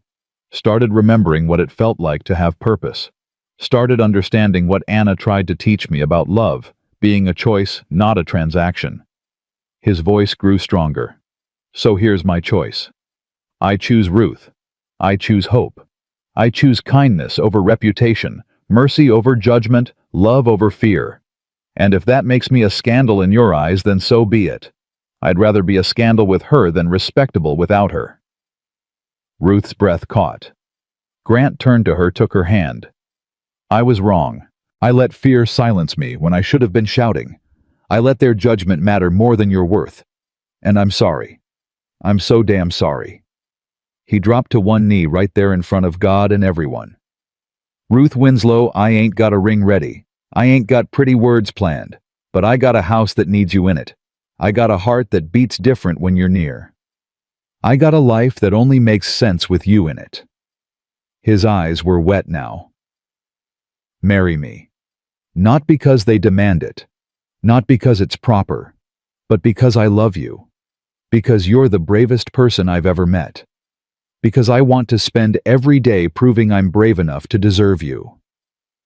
Ruth couldn't breathe, couldn't think, could only feel her heart breaking and mending simultaneously. "Grant, you said you release me from obligation. Well, I don't accept. I'm obligated to you by choice, by love, by the fact that you walked into my life and reminded me what living feels like." He squeezed her hand. "So marry me, please. Let me fight for you every day for the rest of our lives." The church was dead silent. Ruth looked at this man, broken, stubborn, impossible, brave when it mattered most, and felt something shift inside her chest. "Yes," she whispered. Then louder. "Yes." Grant stood, pulled her into his arms, kissed her like she was air, and he'd been drowning. The church erupted. Some cheering, some gasping. Judge Blackwell looking like he'd swallowed nails. But Grant didn't care. He held Ruth and Hope, both his family, now his choice, now his home now. Martha Doyle started clapping. Then Sheriff Briggs joined. Then Mrs. Mitchell. Slowly more people joined until half the church was applauding and the other half was fleeing in scandalized horror. Reverend Silas looked between Grant and Ruth and the divided congregation and finally smiled. "Well then," he said, "looks like I'll be performing a wedding soon." Grant laughed, actually laughed for the first time in years. "Tomorrow if you're willing." "Tomorrow it is." They walked out of that church together, Grant, Ruth, and Hope. A family forged in fire and judgment and mercy. Behind them, Silver Ridge would gossip for months. Some would forgive. Some wouldn't. Some would see redemption. Some would see scandal. But for the first time in 2 years, Ruth didn't care what anyone saw. She only cared what she felt. And she felt chosen. Finally, completely, impossibly chosen. The morning of the wedding arrived with a sky so blue it looked painted. Ruth woke in Mrs. Mitchell's boarding house. Hope curled against her chest, and for the first time in years, she didn't feel the weight of dread pressing down. She felt something lighter, something dangerous. She felt hope. Mrs. Mitchell knocked softly entered with a dress draped over her arm. "Belonged to my daughter. She'd want you to have it." The dress was simple, cream-colored, high-necked, practical, but clean and whole. Ruth touched the fabric, her throat tight. "I can't accept." "You can and you will. Can't marry Grant McCoy and Rags Girl. The gossips would never let you forget it." Ruth took the dress, held it like a fragile thing. "What if this is a mistake?" Mrs. Mitchell sat on the bed, her weathered hands folding in her lap. "Might be. Marriage usually is at first. Two broken people trying to fit their pieces together, there's always mistakes. Question is, are you both willing to fix them? I don't know. Then you'll find out. That's what marriage is. Finding out if love is stronger than fear, every single day." She stood, moved to the door. "Martha's downstairs. She'll help with your hair. And Ruth, that man stood up in front of the whole town and chose you. That ain't nothing. Don't let fear convince you it is." After she left, Ruth dressed slowly. The fabric felt strange against her skin, too nice, too clean, like she was wearing someone else's life. Hope babbled happily, reaching for Ruth's hair. "What do you think, baby girl? Am I making the right choice?" Hope grinned, all gums and innocence. "You're no help at all." Downstairs, Martha was waiting with pins and determination. She twisted Ruth's hair into something respectable, tucked wildflowers behind her ear. "There, you look like a bride instead of a refugee." Ruth studied herself in the small mirror. She looked different, softer, like a woman who might actually deserve good things. "What if he changes his mind?" Ruth whispered. Martha's hand stilled. Then you survive, like you've been surviving. But Ruth stopped waiting for the other shoe to drop. Sometimes good things happen, and they stay good. The church was half empty.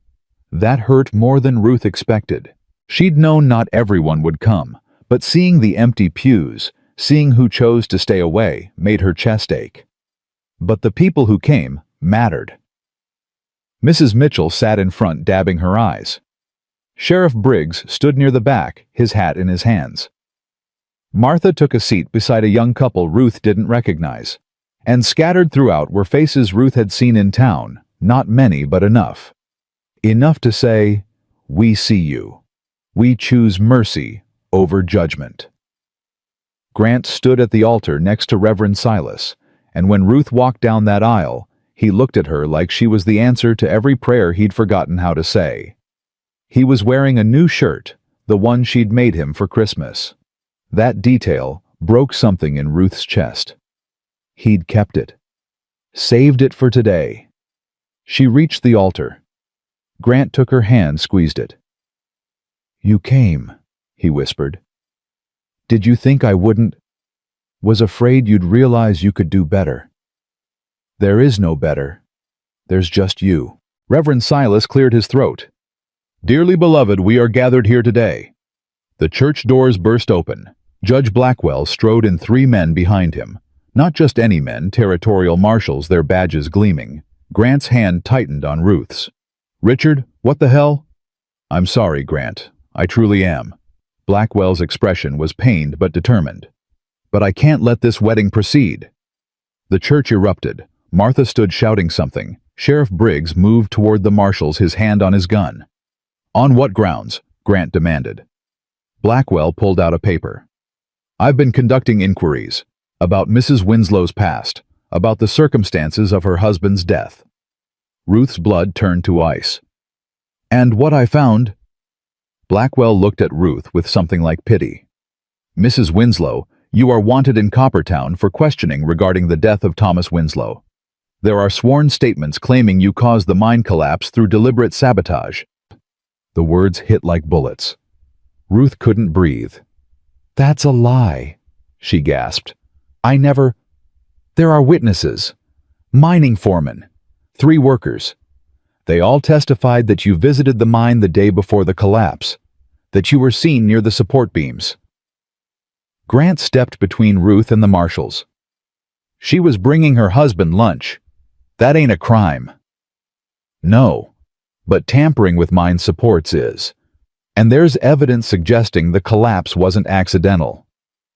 One of the marshals moved forward. "Ma'am, we need you to come with us. You'll be transported back to Coppertown to stand trial." "No." Grant's voice was flat, dangerous. "You ain't taking her anywhere." "Sir, we don't want trouble." "Then leave. Because I ain't letting you take my wife." "She's not your wife yet," Blackwell said quietly. "And Grant, if you interfere with federal marshals, you'll be arrested too. Is that what you want? To throw away everything for a woman who might be a murderer?" The word hung in the air like poison. Murderer. Ruth looked at the faces in the church, saw doubt creeping in, saw people reconsidering their mercy. "I didn't kill him," Ruth said, her voice shaking. "Thomas died because a beam collapsed. I had nothing to do with it." "Then you'll have your chance to prove that in court," the marshal said. "But ma'am, you need to come with us. Now." Grant didn't move. "Ruth, look at me." She forced herself to meet his eyes. "Did you kill your husband?" The question landed like a physical blow. After everything, after the church speech, after the proposal, after choosing each other, he was asking if she was a murderer. "No," she whispered. "I swear on Hope's life I didn't." Grant searched her face for a long moment. Then he turned to the marshals. "She's not going anywhere." Sheriff Briggs stepped forward. "Grant, don't do this. They got legal authority." "I don't care. They want Ruth. They go through me." The lead marshal sighed. "Sir, we will arrest you. We will take her anyway. And you'll lose everything, your freedom, your reputation, your future." Is that really worth it for a woman you barely know? I know enough. I know she's innocent. I know she's being railroaded by a town that needs someone to blame. And I know I ain't letting her face that alone. Blackwell stepped closer. Grant, please. Think about what you're doing. If you're arrested, who runs your business, who protects your assets, you could lose everything you and Anna built. The mention of Anna made Grant flinch, but he didn't back down. Anna would have stood for her, would have fought for her. I'm just doing what my wife would have done. He looked at Ruth. Where you go, I go. Remember, that's the promise, and I ain't breaking it. Ruth's vision blurred. Grant, you can't. Watch me. The marshals moved forward. Grant's hand went to his gun. Stop! Ruth's voice cut through the tension. Just stop. Everyone! She stepped away from Grant, held up her hands. I'll go with you. Peacefully. No trouble. Ruth, no. Yes. She turned to Grant, cupped his face with her shaking hands. You can't throw your life away for me. I won't let you. I'm not throwing it away. I'm choosing you. Then choose smart. Don't get yourself killed or arrested. Don't destroy everything you built. Her voice cracked. Just trust that I'll survive this, like I've survived everything else. Grant's eyes were wild with panic and rage and helplessness. I can't lose you. Not now. Not after. You won't lose me. I'll fight this. I'll prove I'm innocent. And when I do, I'll come back to you. But Grant... She pressed her forehead against his. I need you to be here when I get back. I need you to stay free, stay alive, stay you. Can you do that for me? He was shaking now, his hands gripping her arms like he could hold her here through sheer will. This ain't right. This ain't... I know. But sometimes doing the right thing means doing the hard thing. You taught me that. She kissed him, desperate, terrified, loving, then pulled away and turned to the marshals. I'm ready. They put chains on her wrists. Ruth tried not to think about what that meant. Tried not to look at the people in the church who were nodding like they'd known all along she was guilty. She focused on Hope still in Mrs. Mitchell's arms, oblivious to the fact that her mother was being taken away. Take care of her, Ruth said to Mrs. Mitchell. Please. She needs... I'll keep her safe. Mrs. Mitchell promised, tears streaming. You just come back. Grant followed them to the door. I'm coming with you, to Coppertown. I'll hire lawyers, I'll testify, I'll... No. Ruth stopped, looked back at him. You stay here. Protect Hope. Make sure she's safe. That's how you help me. By keeping our daughter safe. Our daughter. The words made Grant's face crumple. Ruth? Promise me, Grant. Promise you'll take care of her. He nodded, unable to speak. The marshals led Ruth out of the church. She heard Grant's anguished shout behind her, heard him punch something. Heard Martha trying to calm him. Ruth kept walking, kept her spine straight, kept breathing even though every breath felt like drowning. They loaded her into a wagon. As they pulled away from Silver Ridge, Ruth watched Grant standing in front of the church. Hope in his arms, now both of them getting smaller and smaller until they disappeared. Gone. Everything she'd fought for, built, hoped for, gone. The wagon rolled toward Coppertown and whatever waited there. Ruth closed her eyes and tried to remember how to survive. The journey to Coppertown took 3 days. 3 days of chains. 3 days of silence from the marshals. 3 days of Ruth's mind spinning through every possible outcome, each worse than the last. They arrived at sunset. Coppertown looked exactly as Ruth remembered, harsh, unforgiving, built on hope and broken on greed. The jail was small, 2 cells, both empty. The marshals locked Ruth in one, removed her chains, left without a word. Ruth sat on the thin cot and tried not to fall apart. She'd been in Coppertown less than an hour when the mining foreman came to visit. Fletcher Davis, a thick man with cruel eyes and a grudge he'd been nursing for 2 years. Well, well, the widow returns. Ruth didn't stand. Didn't give him the satisfaction. I didn't kill Thomas. Didn't say you did. Not directly. Fletcher leaned against the bars. But you distracted him, made him careless. He was thinking about you instead of watching his beams. And when that ceiling came down, 6 men died. 6 families lost their providers. Because Thomas Winslow was too busy mooning over his pretty wife to do his job right. That's not what happened. Ain't it? Then why were you at the mine that day? Why were you nosing around where women got no business being? I was bringing him lunch. That's all. Fletcher's smile was ugly. See, that's what don't add up. Because 3 different men saw you near the support beams, saw you touching something, saw you leave quick-like right before shift change. Ruth's stomach dropped. I didn't touch anything. I got turned around. I was trying to find Thomas and I got lost in the tunnels, that's all it was. Maybe. Or maybe you knew Thomas was planning to leave you. Maybe you knew he'd started talking about how cursed you were, how marrying you was the worst mistake of his life. And maybe you decided if you couldn't have him, nobody could. The accusation hit like a fist. Thomas was going to leave me. Fletcher's expression shifted to something almost pitying. You didn't know he'd been talking to the owner about transferring to a different mine. Said he couldn't stand living with the bad luck you brought. Was gonna leave you behind, start fresh. Ruth felt the world tilt. Thomas had been planning to abandon her, had believed the curse stories, had blamed her for things she couldn't control. But you took care of that, didn't you? Fletcher continued. Fixed it so he couldn't leave. Fixed it permanent. No, I didn't. I wouldn't. Tell it to the judge. Trial's set for next week. And Ruth, this town wants justice. They want someone to pay for those 6 dead men, and you're the only one left to pay. He left. Ruth sank onto the cot, her mind reeling. Thomas had been going to leave her, had thought her cursed, had blamed her for his failures. She'd mourned a man who'd stopped loving her long before he died. The realization was crushing. Not because she'd loved him. She'd barely known him by the end, had married too young to a man too weak. But because it meant she'd been grieving a lie. Carrying guilt for a man who'd already abandoned her in his heart. Ruth laughed. Then cried. Then laughed again, because what else was there to do? She was accused of murdering a husband who'd been planning to leave her. Was chained in a cell in a town that wanted her dead. Had left behind a man who actually loved her and a daughter who needed her. And there was absolutely nothing she could do about any of it.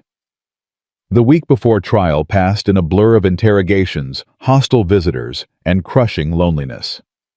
Fletcher came every day with new accusations. Other townspeople came to gawk, to spit, to call her witch and murderer, and worse. Ruth stopped responding. Stopped defending herself. What was the point? They'd already decided she was guilty. On the 6th day, Judge Blackwell arrived. Ruth didn't stand when he entered, didn't acknowledge him. Mrs. Winslow, she finally looked up. Come to gloat? No, I came to offer help. Ruth laughed bitterly. You're the reason I'm here. I'm the reason you're getting a fair trial instead of a lynch mob. Fletcher and his men wanted to handle this their own way. I convinced them to follow the law. How noble. Blackwell pulled up a chair, sat facing her cell. I don't think you killed your husband, for what it's worth. Then why am I here? Because this town needs closure, needs someone to blame. And you're convenient. He leaned forward. But Ruth, there's a way out of this. She waited. Plead guilty to negligence, not murder. Admit you distracted Thomas, caused him to be careless, but didn't intend his death. You'll get 5 years, maybe less, with good behavior. And you'll live. And if I plead innocent, then you go to trial.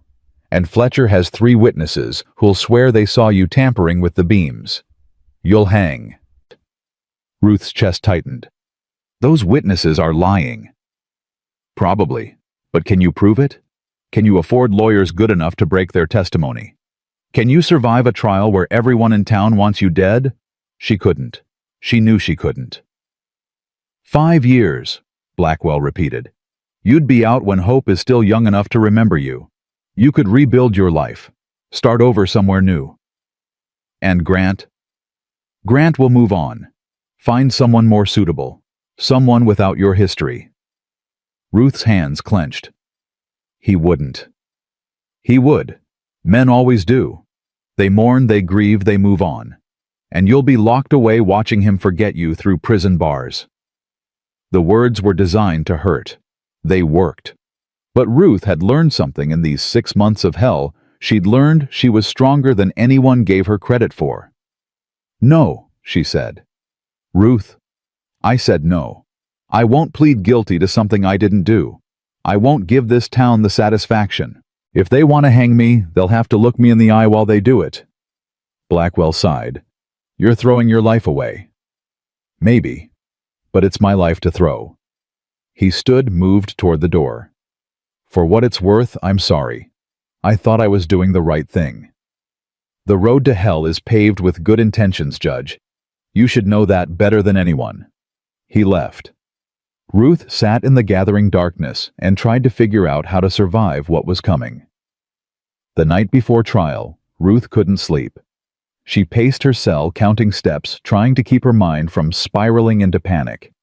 Tomorrow she'd stand before a jury of people who'd already decided her fate. Tomorrow, she'd defend herself against lies she couldn't prove false. Tomorrow she might die. Hope would grow up without a mother. Grant would mourn and move on. And Ruth would be forgotten, just another woman crushed by a system that valued men's words over women's lives. Footsteps in the hallway made her stop. Too late for visitors, too quiet for the marshal. A figure appeared in the shadows. Ruth's breath caught. Grant. He looked terrible, unshaven, exhausted, his clothes dusty from hard riding. But he was here. How did you... Bribed the marshal. Told him I was your husband, needed to say goodbye. Grant moved to the bars, his hands wrapping around them like he could tear them apart through will alone. Ruth, You shouldn't be here. If they find out... I don't care. I couldn't. I can't let you face tomorrow alone. Ruth moved closer, close enough to touch his hands through the bars.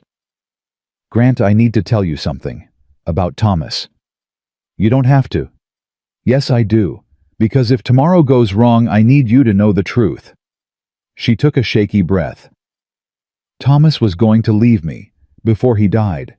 He believed I was cursed, believed I was ruining his life. The foreman told me.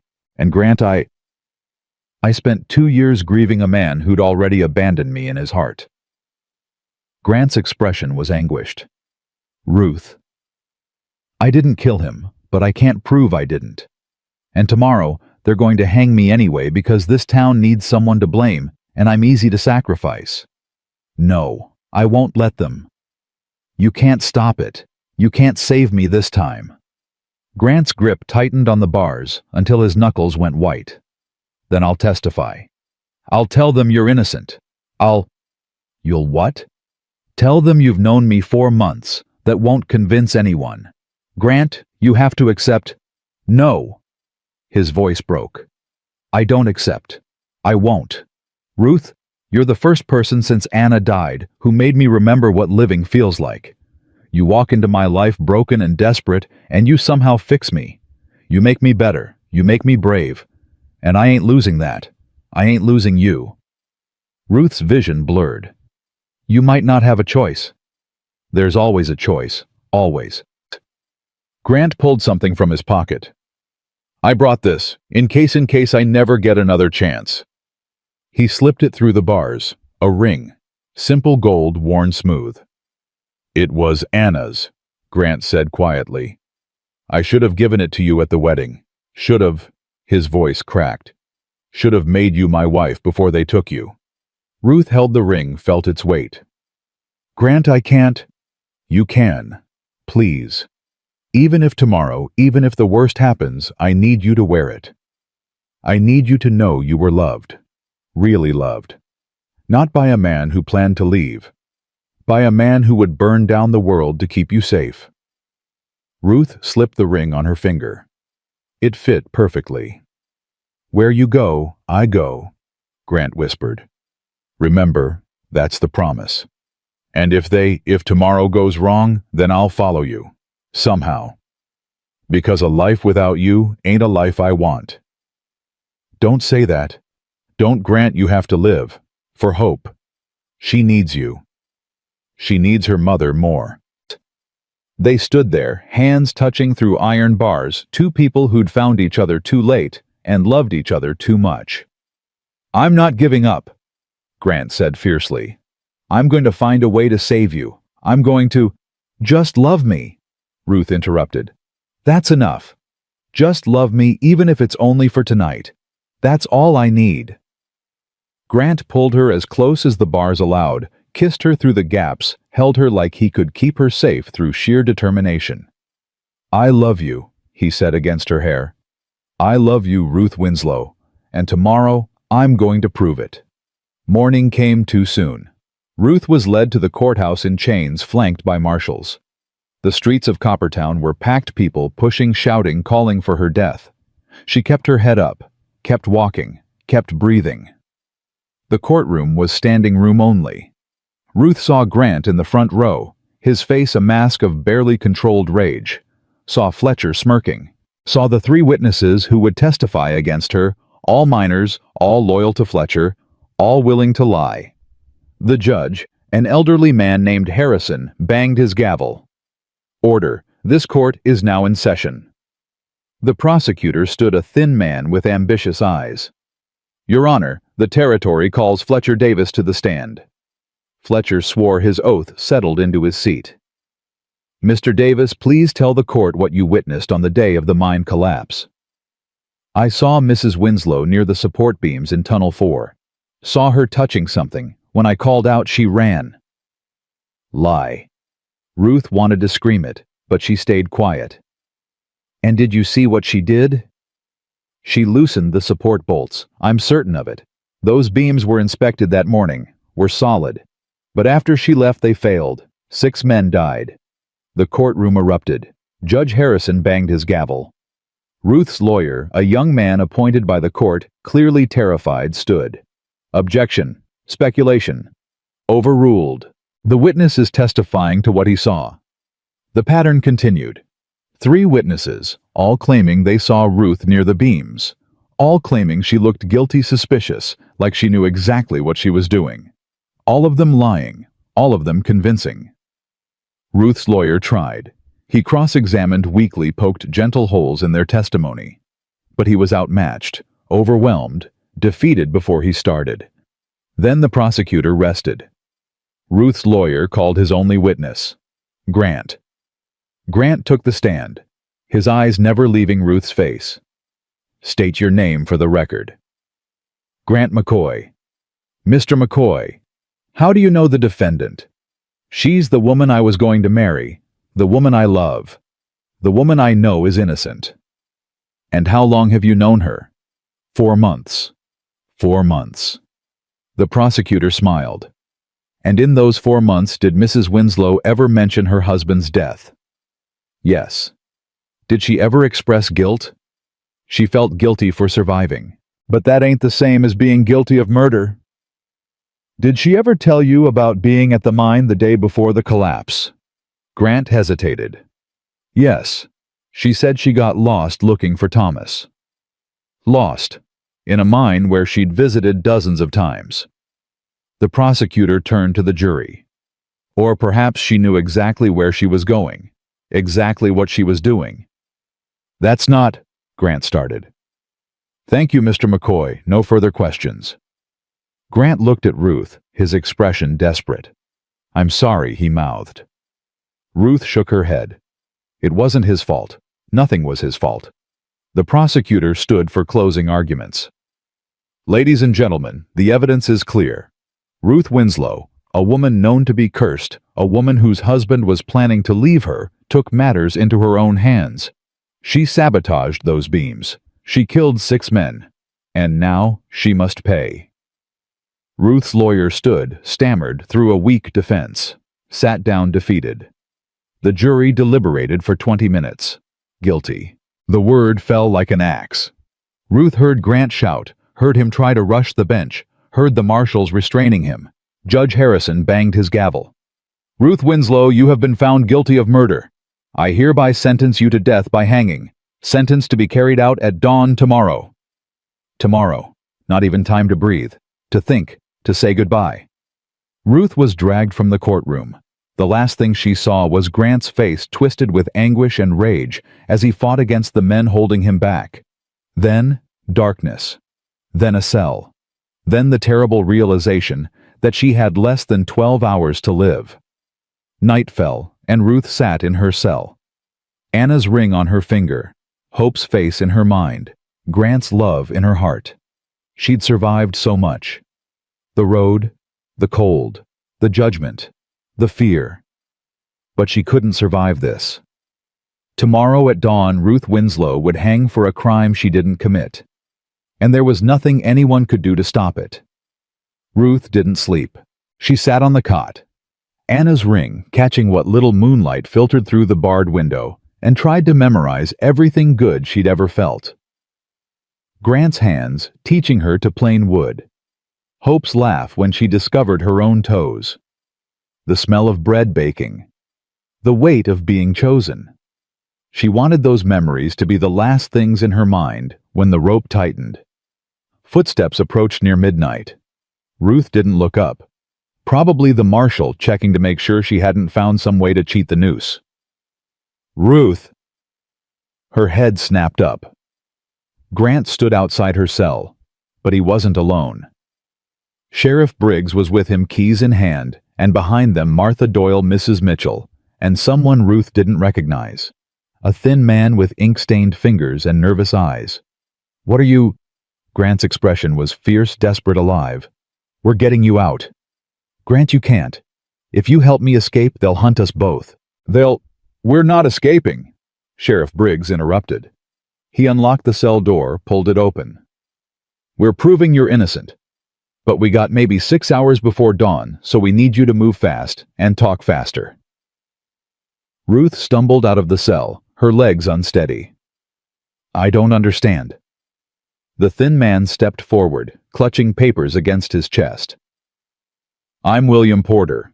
I worked for the mining company, keeping records, and I found something. He spread papers on the marshal's desk with shaking hands. Diagrams, inspection reports, numbers that meant nothing to Ruth, but clearly meant everything to him. The beams in Tunnel 4 were flagged 3 weeks before the collapse. Inspector noted stress fractures recommended immediate replacement, but Fletcher Davis overrode the recommendation, said it would cost too much slow production. He ordered the men to keep working. Ruth's breath caught. He knew the beams were failing. He knew. And when they collapsed, he needed someone to blame, someone who couldn't defend themselves, someone the town already hated. Porter's voice strengthened. He picked you. Convinced 3 men to lie in exchange for keeping their jobs. Threatened them with dismissal if they didn't testify against you. Grant's hand found Ruth's shoulder, steadied her. Porter came to me this afternoon, after the trial. Said he couldn't live with himself if he stayed quiet. Why didn't you testify? Ruth asked Porter. Why didn't you tell the court? Porter's face crumpled. Because I'm a coward. Because Fletcher threatened my family. Because I thought maybe they'd just sentence you to prison, not hanging. But when the judge said dawn, he pressed his fist against his mouth. I couldn't. I just couldn't. Martha grabbed Ruth's arm. We're going to Judge Harrison. Now. Tonight. We're waking that old bastard up and shoving these papers in his face until he listens. It's the middle of the night, Ruth protested. He won't. He will, Sheriff Briggs said grimly. Because if he doesn't, I'm arresting Fletcher Davis right now on suspicion of negligent homicide. And that'll cause enough scandal to make Harrison's political career very uncomfortable. He'll listen. Mrs. Mitchell wrapped a shawl around Ruth's shoulders. Come on, girl. We ain't got time for questions. Dawn's coming whether we're ready or not. They moved as a group through Coppertown's empty streets. Ruth felt exposed, vulnerable, certain that at any moment someone would see them and raise the alarm. But the town slept on, oblivious to the mercy unfolding in its shadows. Judge Harrison lived in a large house on the edge of town. Sheriff Briggs pounded on the door until lights flickered on inside. Harrison appeared in his nightshirt, furious and disoriented. "What in God's name?" "We got new evidence," Briggs said. "Evidence that proves Ruth Winslow is innocent, and you're going to look at it, right now." "Sheriff, it's the middle of the night. This is highly—" "A woman is going to hang at dawn for a crime she didn't commit. You really want that on your conscience? Or do you want to be remembered as the judge who killed an innocent woman because he couldn't be bothered to look at evidence?" Harrison's expression shifted. He saw the papers in Porter's hands, saw the desperation in their faces, saw something that made him step aside. "Come in, but this better be substantial." They crowded into his study.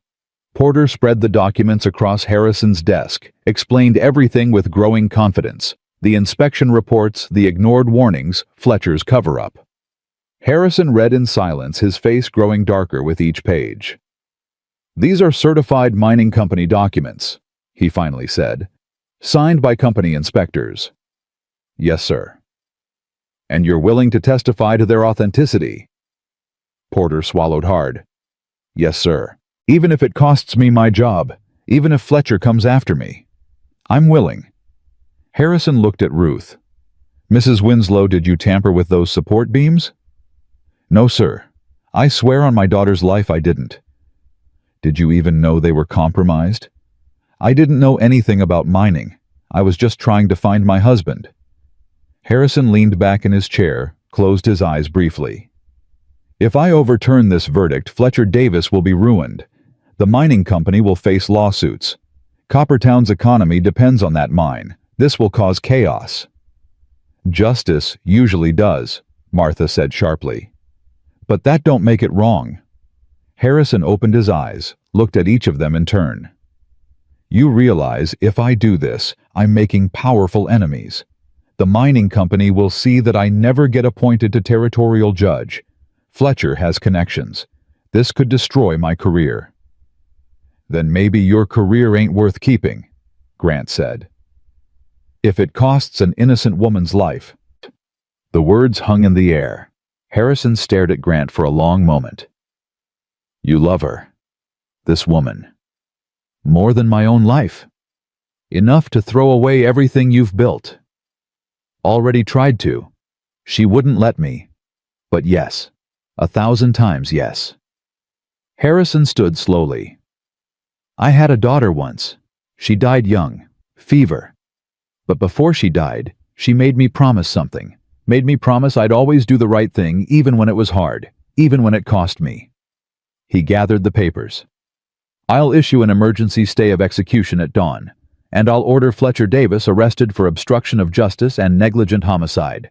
The trial verdict is overturned pending further investigation." Ruth's knees buckled. Grant caught her, held her up. "You're free," Harrison said quietly. "Or you will be once I file the paperwork at the courthouse. But Mrs. Winslow—" His expression was grave. "You should leave Coppertown as soon as possible. Fletcher has allies, men who won't care about legal niceties if they decide to take justice into their own hands." "We'll leave tonight," Grant said. "Soon as the papers are signed." "Good." Harrison moved toward the door, paused. "And Mrs. Winslow, I'm sorry for not questioning the evidence sooner, for nearly making an irreversible mistake. I'll have to live with that." "You stopped it," Ruth whispered. "That's what matters. You stopped it." They walked to the courthouse as the first hint of dawn touched the eastern sky. Harrison filed the necessary documents, his pen scratching in the pre-dawn quiet. Ruth kept expecting something to go wrong, kept waiting for Fletcher to burst through the door with a mob, for the marshal to refuse the order, for the world to remember that women like her didn't get happy endings. But the papers were signed. The stay was issued.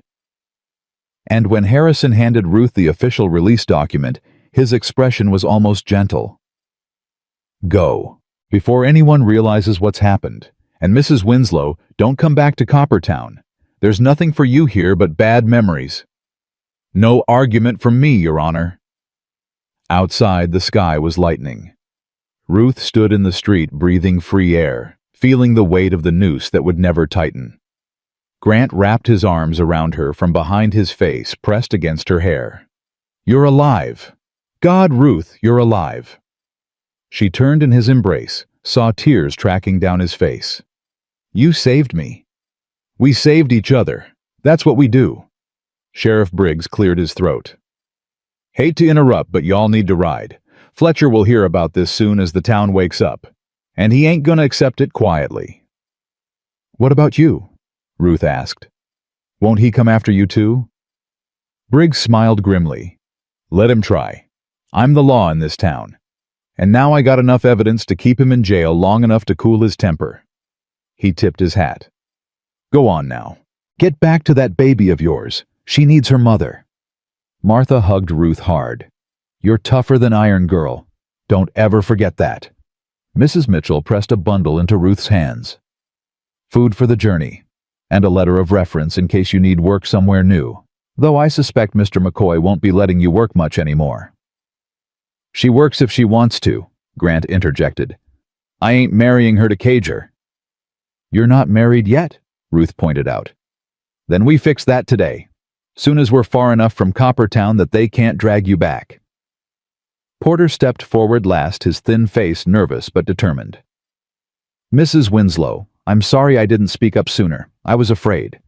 But watching you stand up to them, even when you knew you'd hang it, made me realize being afraid was worse than being brave. Ruth took his hand. You spoke up when it mattered. That's all anyone can ask.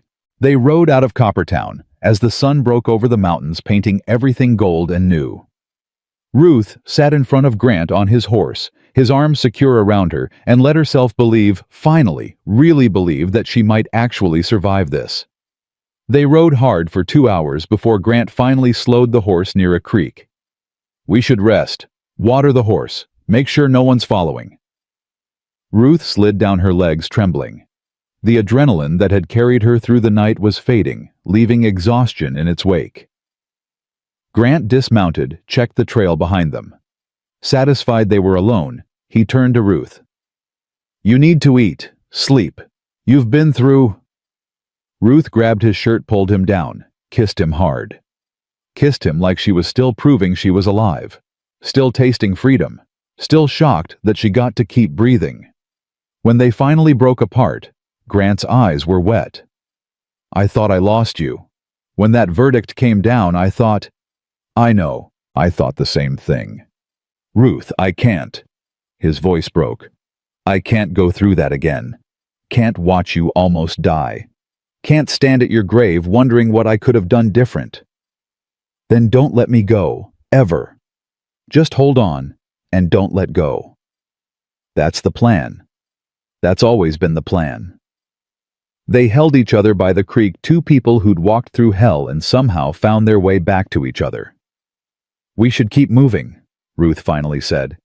Get as far from Coppertown as possible before Fletcher realizes what happened. One more thing first. Grant pulled something from his saddlebag, a worn Bible, Anna's Bible. I've been carrying this, practicing the words, just in case. He stopped, started again. Just in case I got another chance to do this right. He opened the Bible to a marked page. Ruth, I know we ain't in a church. Don't have witnesses or fancy clothes or any of the proper trappings. But I don't care about proper anymore. I care about you. About us. About making this real before anything else can go wrong. He took her hand. So right here with God and the mountains as witness, I'm asking you again. Marry me. Let me be your husband. Let me spend every day proving you made the right choice. Ruth's throat tightened. You really want to do this here now? Been waiting 4 months to call you my wife. Don't want to wait one more minute. We need someone to perform the ceremony. Don't we, though? A voice called from the trees. They spun around. Reverend Silas stepped into the clearing, his horse tied nearby, his expression tired but peaceful. Reverend... Grant's hand went to his gun. What are you... Relax. I'm not here to stop you. Silas moved closer. I heard what happened, heard about the evidence, the stay of execution, heard you were riding out, and I thought maybe you'd want someone to make this official, legal, binding. Ruth stared. You followed us. I did. Because I owe you an apology, Mrs. Winslow. I stood with the men who wanted you gone, who judged you without knowing you, who let fear of scandal override mercy, and I was wrong. He pulled out his Bible. I can't undo what I did, but I can do this. I can marry you proper in the eyes of God, so nobody, not Fletcher, not Judge Blackwell, not anyone can say this union isn't legitimate. Grant looked at Ruth. It's your choice. Always your choice. Ruth studied Silas, saw genuine remorse in his expression. Saw a man trying to make amends the only way he knew how. All right, she said. But make it quick. We got a long ride ahead. Silas smiled. The best weddings usually are quick. It's the marriage that takes a lifetime. He opened his Bible, found the passage. Dearly beloved, we are gathered here in the sight of God and nature to join this man and this woman in holy matrimony. The words were familiar, traditional, but they sounded different out here, away from judgment, away from crowds, away from everything except the two people who mattered. Grant McCoy, do you take Ruth Winslow to be your lawfully wedded wife, to have and to hold from this day forward, for better or worse, for richer or poorer, in sickness and in health till death do you part? I do. God, I do. And Ruth Winslow, do you take Grant McCoy to be your lawfully wedded husband, to have and to hold from this day forward, for better or worse, for richer or poorer, in sickness and in health till death do you part? Ruth looked at this man who'd saved her, fought for her, refused to let her face the world alone. This man who'd taught her what it meant to be chosen. I do. Then by the power vested in me, I now pronounce you husband and wife. Silas closed his Bible. Grant, you may kiss your bride. Grant pulled Ruth close, kissed her with the desperate joy of someone who'd almost lost everything and got it back anyway. When they broke apart, both were crying. Go, Silas said softly, before the world catches up, and be happy. That's the best revenge against people who wanted you to fail. They rode away from that creek, married, legal, bound together in ways that couldn't be undone. Ruth kept touching Anna's ring on her finger, kept reminding herself this was real. She was Mrs. Grant McCoy. She had a husband who loved her, a daughter waiting for her, a future that didn't end with a rope. They reached Silver Ridge 3 days later, exhausted and triumphant. Mrs. Mitchell met them at the edge of town, Hope in her arms. The baby saw Ruth and shrieked with joy, reaching out with fat hands. Ruth took her daughter, held her so tight, Hope squeaked in protest. I'm here, baby girl. Mama's here. I'm never leaving you again. Grant wrapped his arms around them both. His family. Finally, completely, impossibly his. The town turned out to see them return. Some faces were welcoming. Some were still skeptical. But Ruth didn't care anymore what people thought. She'd survived the worst they could throw at her. She'd walked through fire and came out whole. She was done letting other people's judgment define her worth. Martha pushed through the crowd, grinning. Well, well, the widow who wouldn't die. You're gonna be a legend in these parts. Don't want to be a legend, just want to be left alone. Too late for that. But Ruth... Martha's expression softened. You earned your peace. Time to claim it. They walked to the cabin together, Grant, Ruth, Hope, and a handful of people who'd chosen mercy over judgment. The cabin looked exactly as Ruth remembered, but it felt different now. It felt like home. Not borrowed, not temporary. Home. That night, after Hope was asleep in her cradle, after the well-wishers had left, Grant and Ruth sat by the fire. What now? Ruth asked. Now we live, we build, we fight when we need to, and rest when we can. We raise Hope, and maybe give her brothers and sisters. We grow old together if we're lucky. What if more trouble comes? Then we face it, together. Grant took her hand. Ruth, we survived a blizzard, a fever, a trial, and a near execution. I figure we can survive just about anything now. Ruth leaned against him, felt his heartbeat steady and sure. Where you go, I go. Where you stay, I stay. Your people will be my people. Your God will be my God. They sat in the firelight speaking the words Ruth had once read from Anna's Bible. Words that had become their promise, their vow, their truth. Outside, spring was coming. The snow was melting. Flowers would bloom soon in the same spots where Anna had planted them years ago. And Ruth would tend them, honoring the woman who'd come before, while building the life that came after. 2 plates sat on the shelf now, both worn from use. The rocking chair finally held someone who rocked. Anna's shawl smelled like Ruth and baby powder and hope. The cabin had stopped being a tomb and become a home. Not because Anna was forgotten, she never would be, but because Grant had learned that love wasn't a limited resource. Loving Ruth didn't diminish what he'd felt for Anna. It honored it. It proved that Anna's belief in mercy and second chances had been right all along. Grant pulled Ruth closer, kissed the top of her head. Thank you. For what? For walking into that crossroads. For being brave when I was a coward. For teaching me that love is stronger than fear. You taught me the same thing. We're even. Then let's stay even. For the rest of our lives. Ruth smiled against his chest.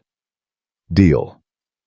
They sat there until the fire burned down to embers, 2 broken people who'd found wholeness in each other, 2 lost souls who'd finally found their way home. Hope stirred in her cradle, made a soft sound, settled back into sleep. She'd grow up in this cabin surrounded by love and stories of survival. She'd learn that her mother was the strongest person alive, that her father was brave when it mattered most, that family wasn't just blood, it was choice. Morning came gentle and gold. Ruth woke in Grant's arms, in their bed, in their home. She heard Hope babbling in the next room, heard Grant's steady breathing, heard the quiet sounds of a life well lived. She got up, started the fire, put coffee on to boil. Grant emerged sleep-rumpled and content, and pulled her into his arms. Morning, Mrs. McCoy. Morning, Mr. McCoy. They stood in their kitchen holding each other while Hope demanded breakfast and the coffee boiled over and ordinary life unfolded around them. It was messy. It was chaotic. It was imperfect. It was everything. 6 months later, Ruth planted wildflowers along the front path, the same kind Anna had loved. They bloomed in purple and yellow and white, a riot of color against Montana's harsh landscape. Grant built a new room for Hope, who was walking now, getting into everything, filling the cabin with noise and laughter and life. The town had slowly, grudgingly accepted them. Some people would always whisper. Some would always judge. But enough had chosen mercy that Ruth and Grant could walk into Silver Ridge without fear. Judge Blackwell had left town, his reputation in tatters after the truth about Fletcher's cover-up spread. Fletcher himself was in territorial prison serving 20 years for negligent homicide. The 3 men who'd testified against Ruth had recanted, begged forgiveness. Ruth had given it not for them, but for herself. Carrying hate was too heavy. Sheriff Briggs stopped by monthly, always bringing candy for Hope, always checking that Ruth and Grant were doing well. He'd become a friend, the kind forged in crisis and tested by time. Martha Doyle had become Ruth's closest confidant, teaching her the subtle arts of frontier survival, which women to trust, which men to avoid, how to make a life in a land that didn't want women to thrive. And every night Grant read to Ruth from Anna's Bible. He'd gotten better at it, the words flowing smoother now. And Ruth would listen, one hand on Hope's cradle, one hand in Grant's, feeling blessed and grateful and whole. One evening, as Ruth rocked Hope to sleep, Grant came in with something wrapped in cloth. Made you something. Ruth unwrapped it carefully. Inside was a small wooden box, intricately carved with wildflowers and mountains. For your memories, Grant said quietly. All the good ones we're gonna make. I figure we fill this box with little things, pressed flowers, notes, Hope's first lost tooth, so when we're old we can open it and remember. Ruth's eyes filled. It's beautiful. You're beautiful. The life we're building is beautiful. and I want to remember every moment." He opened the box. Inside was a single item, the pressed wildflower that had fallen from Anna's Bible. The one Grant had carried for 2 years, the one he'd given Ruth in Coppertown when he asked her to marry him. "Anna's flower," Ruth whispered. "Anna's flower. Because she's part of this story too. Part of what brought us together." Grant touched the flower gently. "I used to think loving you meant forgetting her. But it don't. Loving you means honoring what she taught me. Means being brave enough to open my heart again, even after it's shattered." Ruth placed the flower back in the box carefully. "Then let's fill this box. Let's make so many memories we need a second box, and a third. And when we're old and gray, and sitting on this porch watching our grandchildren play, we'll open these boxes and remember. We'll tell them about crossroads and blizzards and false accusations. We'll tell them about choosing courage over fear. We'll tell them that love, real love, is worth fighting for." Grant pulled her close. "I love you, Ruth McCoy." "I love you, Grant McCoy." They stood on their porch as the sun set over Montana's mountains, the wildflowers blooming at their feet, their daughter asleep inside their future stretching out before them like an open road. Ruth had been lost once, standing at a crossroads with nowhere to go and no reason to hope. She'd been broken, desperate, dying. But Grant had found her, had chosen her, had proven that some men kept their promises even when the world told them not to. And Ruth had found herself, had discovered she was stronger than any curse, braver than any fear, worthier than any judgment. They'd built this life from nothing, from snow and heartbreak and stubborn refusal to surrender. They'd built it with calloused hands and merciful hearts and love that refused to quit. The road ahead wouldn't be easy. Montana never promised easy, but it promised possibility. It promised that people who'd survived the worst could build something beautiful from the wreckage. Ruth looked at the mountains, at the cabin, at the man beside her, at the life they'd fought for and won. She was home. Finally, completely, impossibly home. And this time nothing, not judgment, not fear, not the whole cruel world would take it away. They'd survived the crossroads. They'd chosen each other. And that choice, made again and again every single day, was what love really meant. Not perfection, not ease, just choosing. Every morning, every challenge, every moment that tested whether they really meant their vows. And they did. God help them, they did. So Ruth Winslow, Ruth McCoy, now who'd once whispered she was lost to a stranger at a crossroads, stood on her porch beside her husband and knew with absolute certainty she'd been found. Not by luck, not by chance, by choice, by courage, by love that refused to let go even when letting go would have been easier. The widow who'd collapsed in snow had become the woman who stood tall. The baby who'd nearly died had become the daughter who thrived. The broken cowboy had become the man who kept his promises. They'd walked through hell. They'd survived. They'd built heaven from the ashes. And that, Ruth thought as Grant's hand found hers in the gathering dark, was the only ending that mattered. Not happy ever after, because life didn't work that way. But choosing ever after. Fighting ever after. Loving ever after. One day at a time. One choice at a time. One moment of courage at a time. That was enough. That was everything. That was home.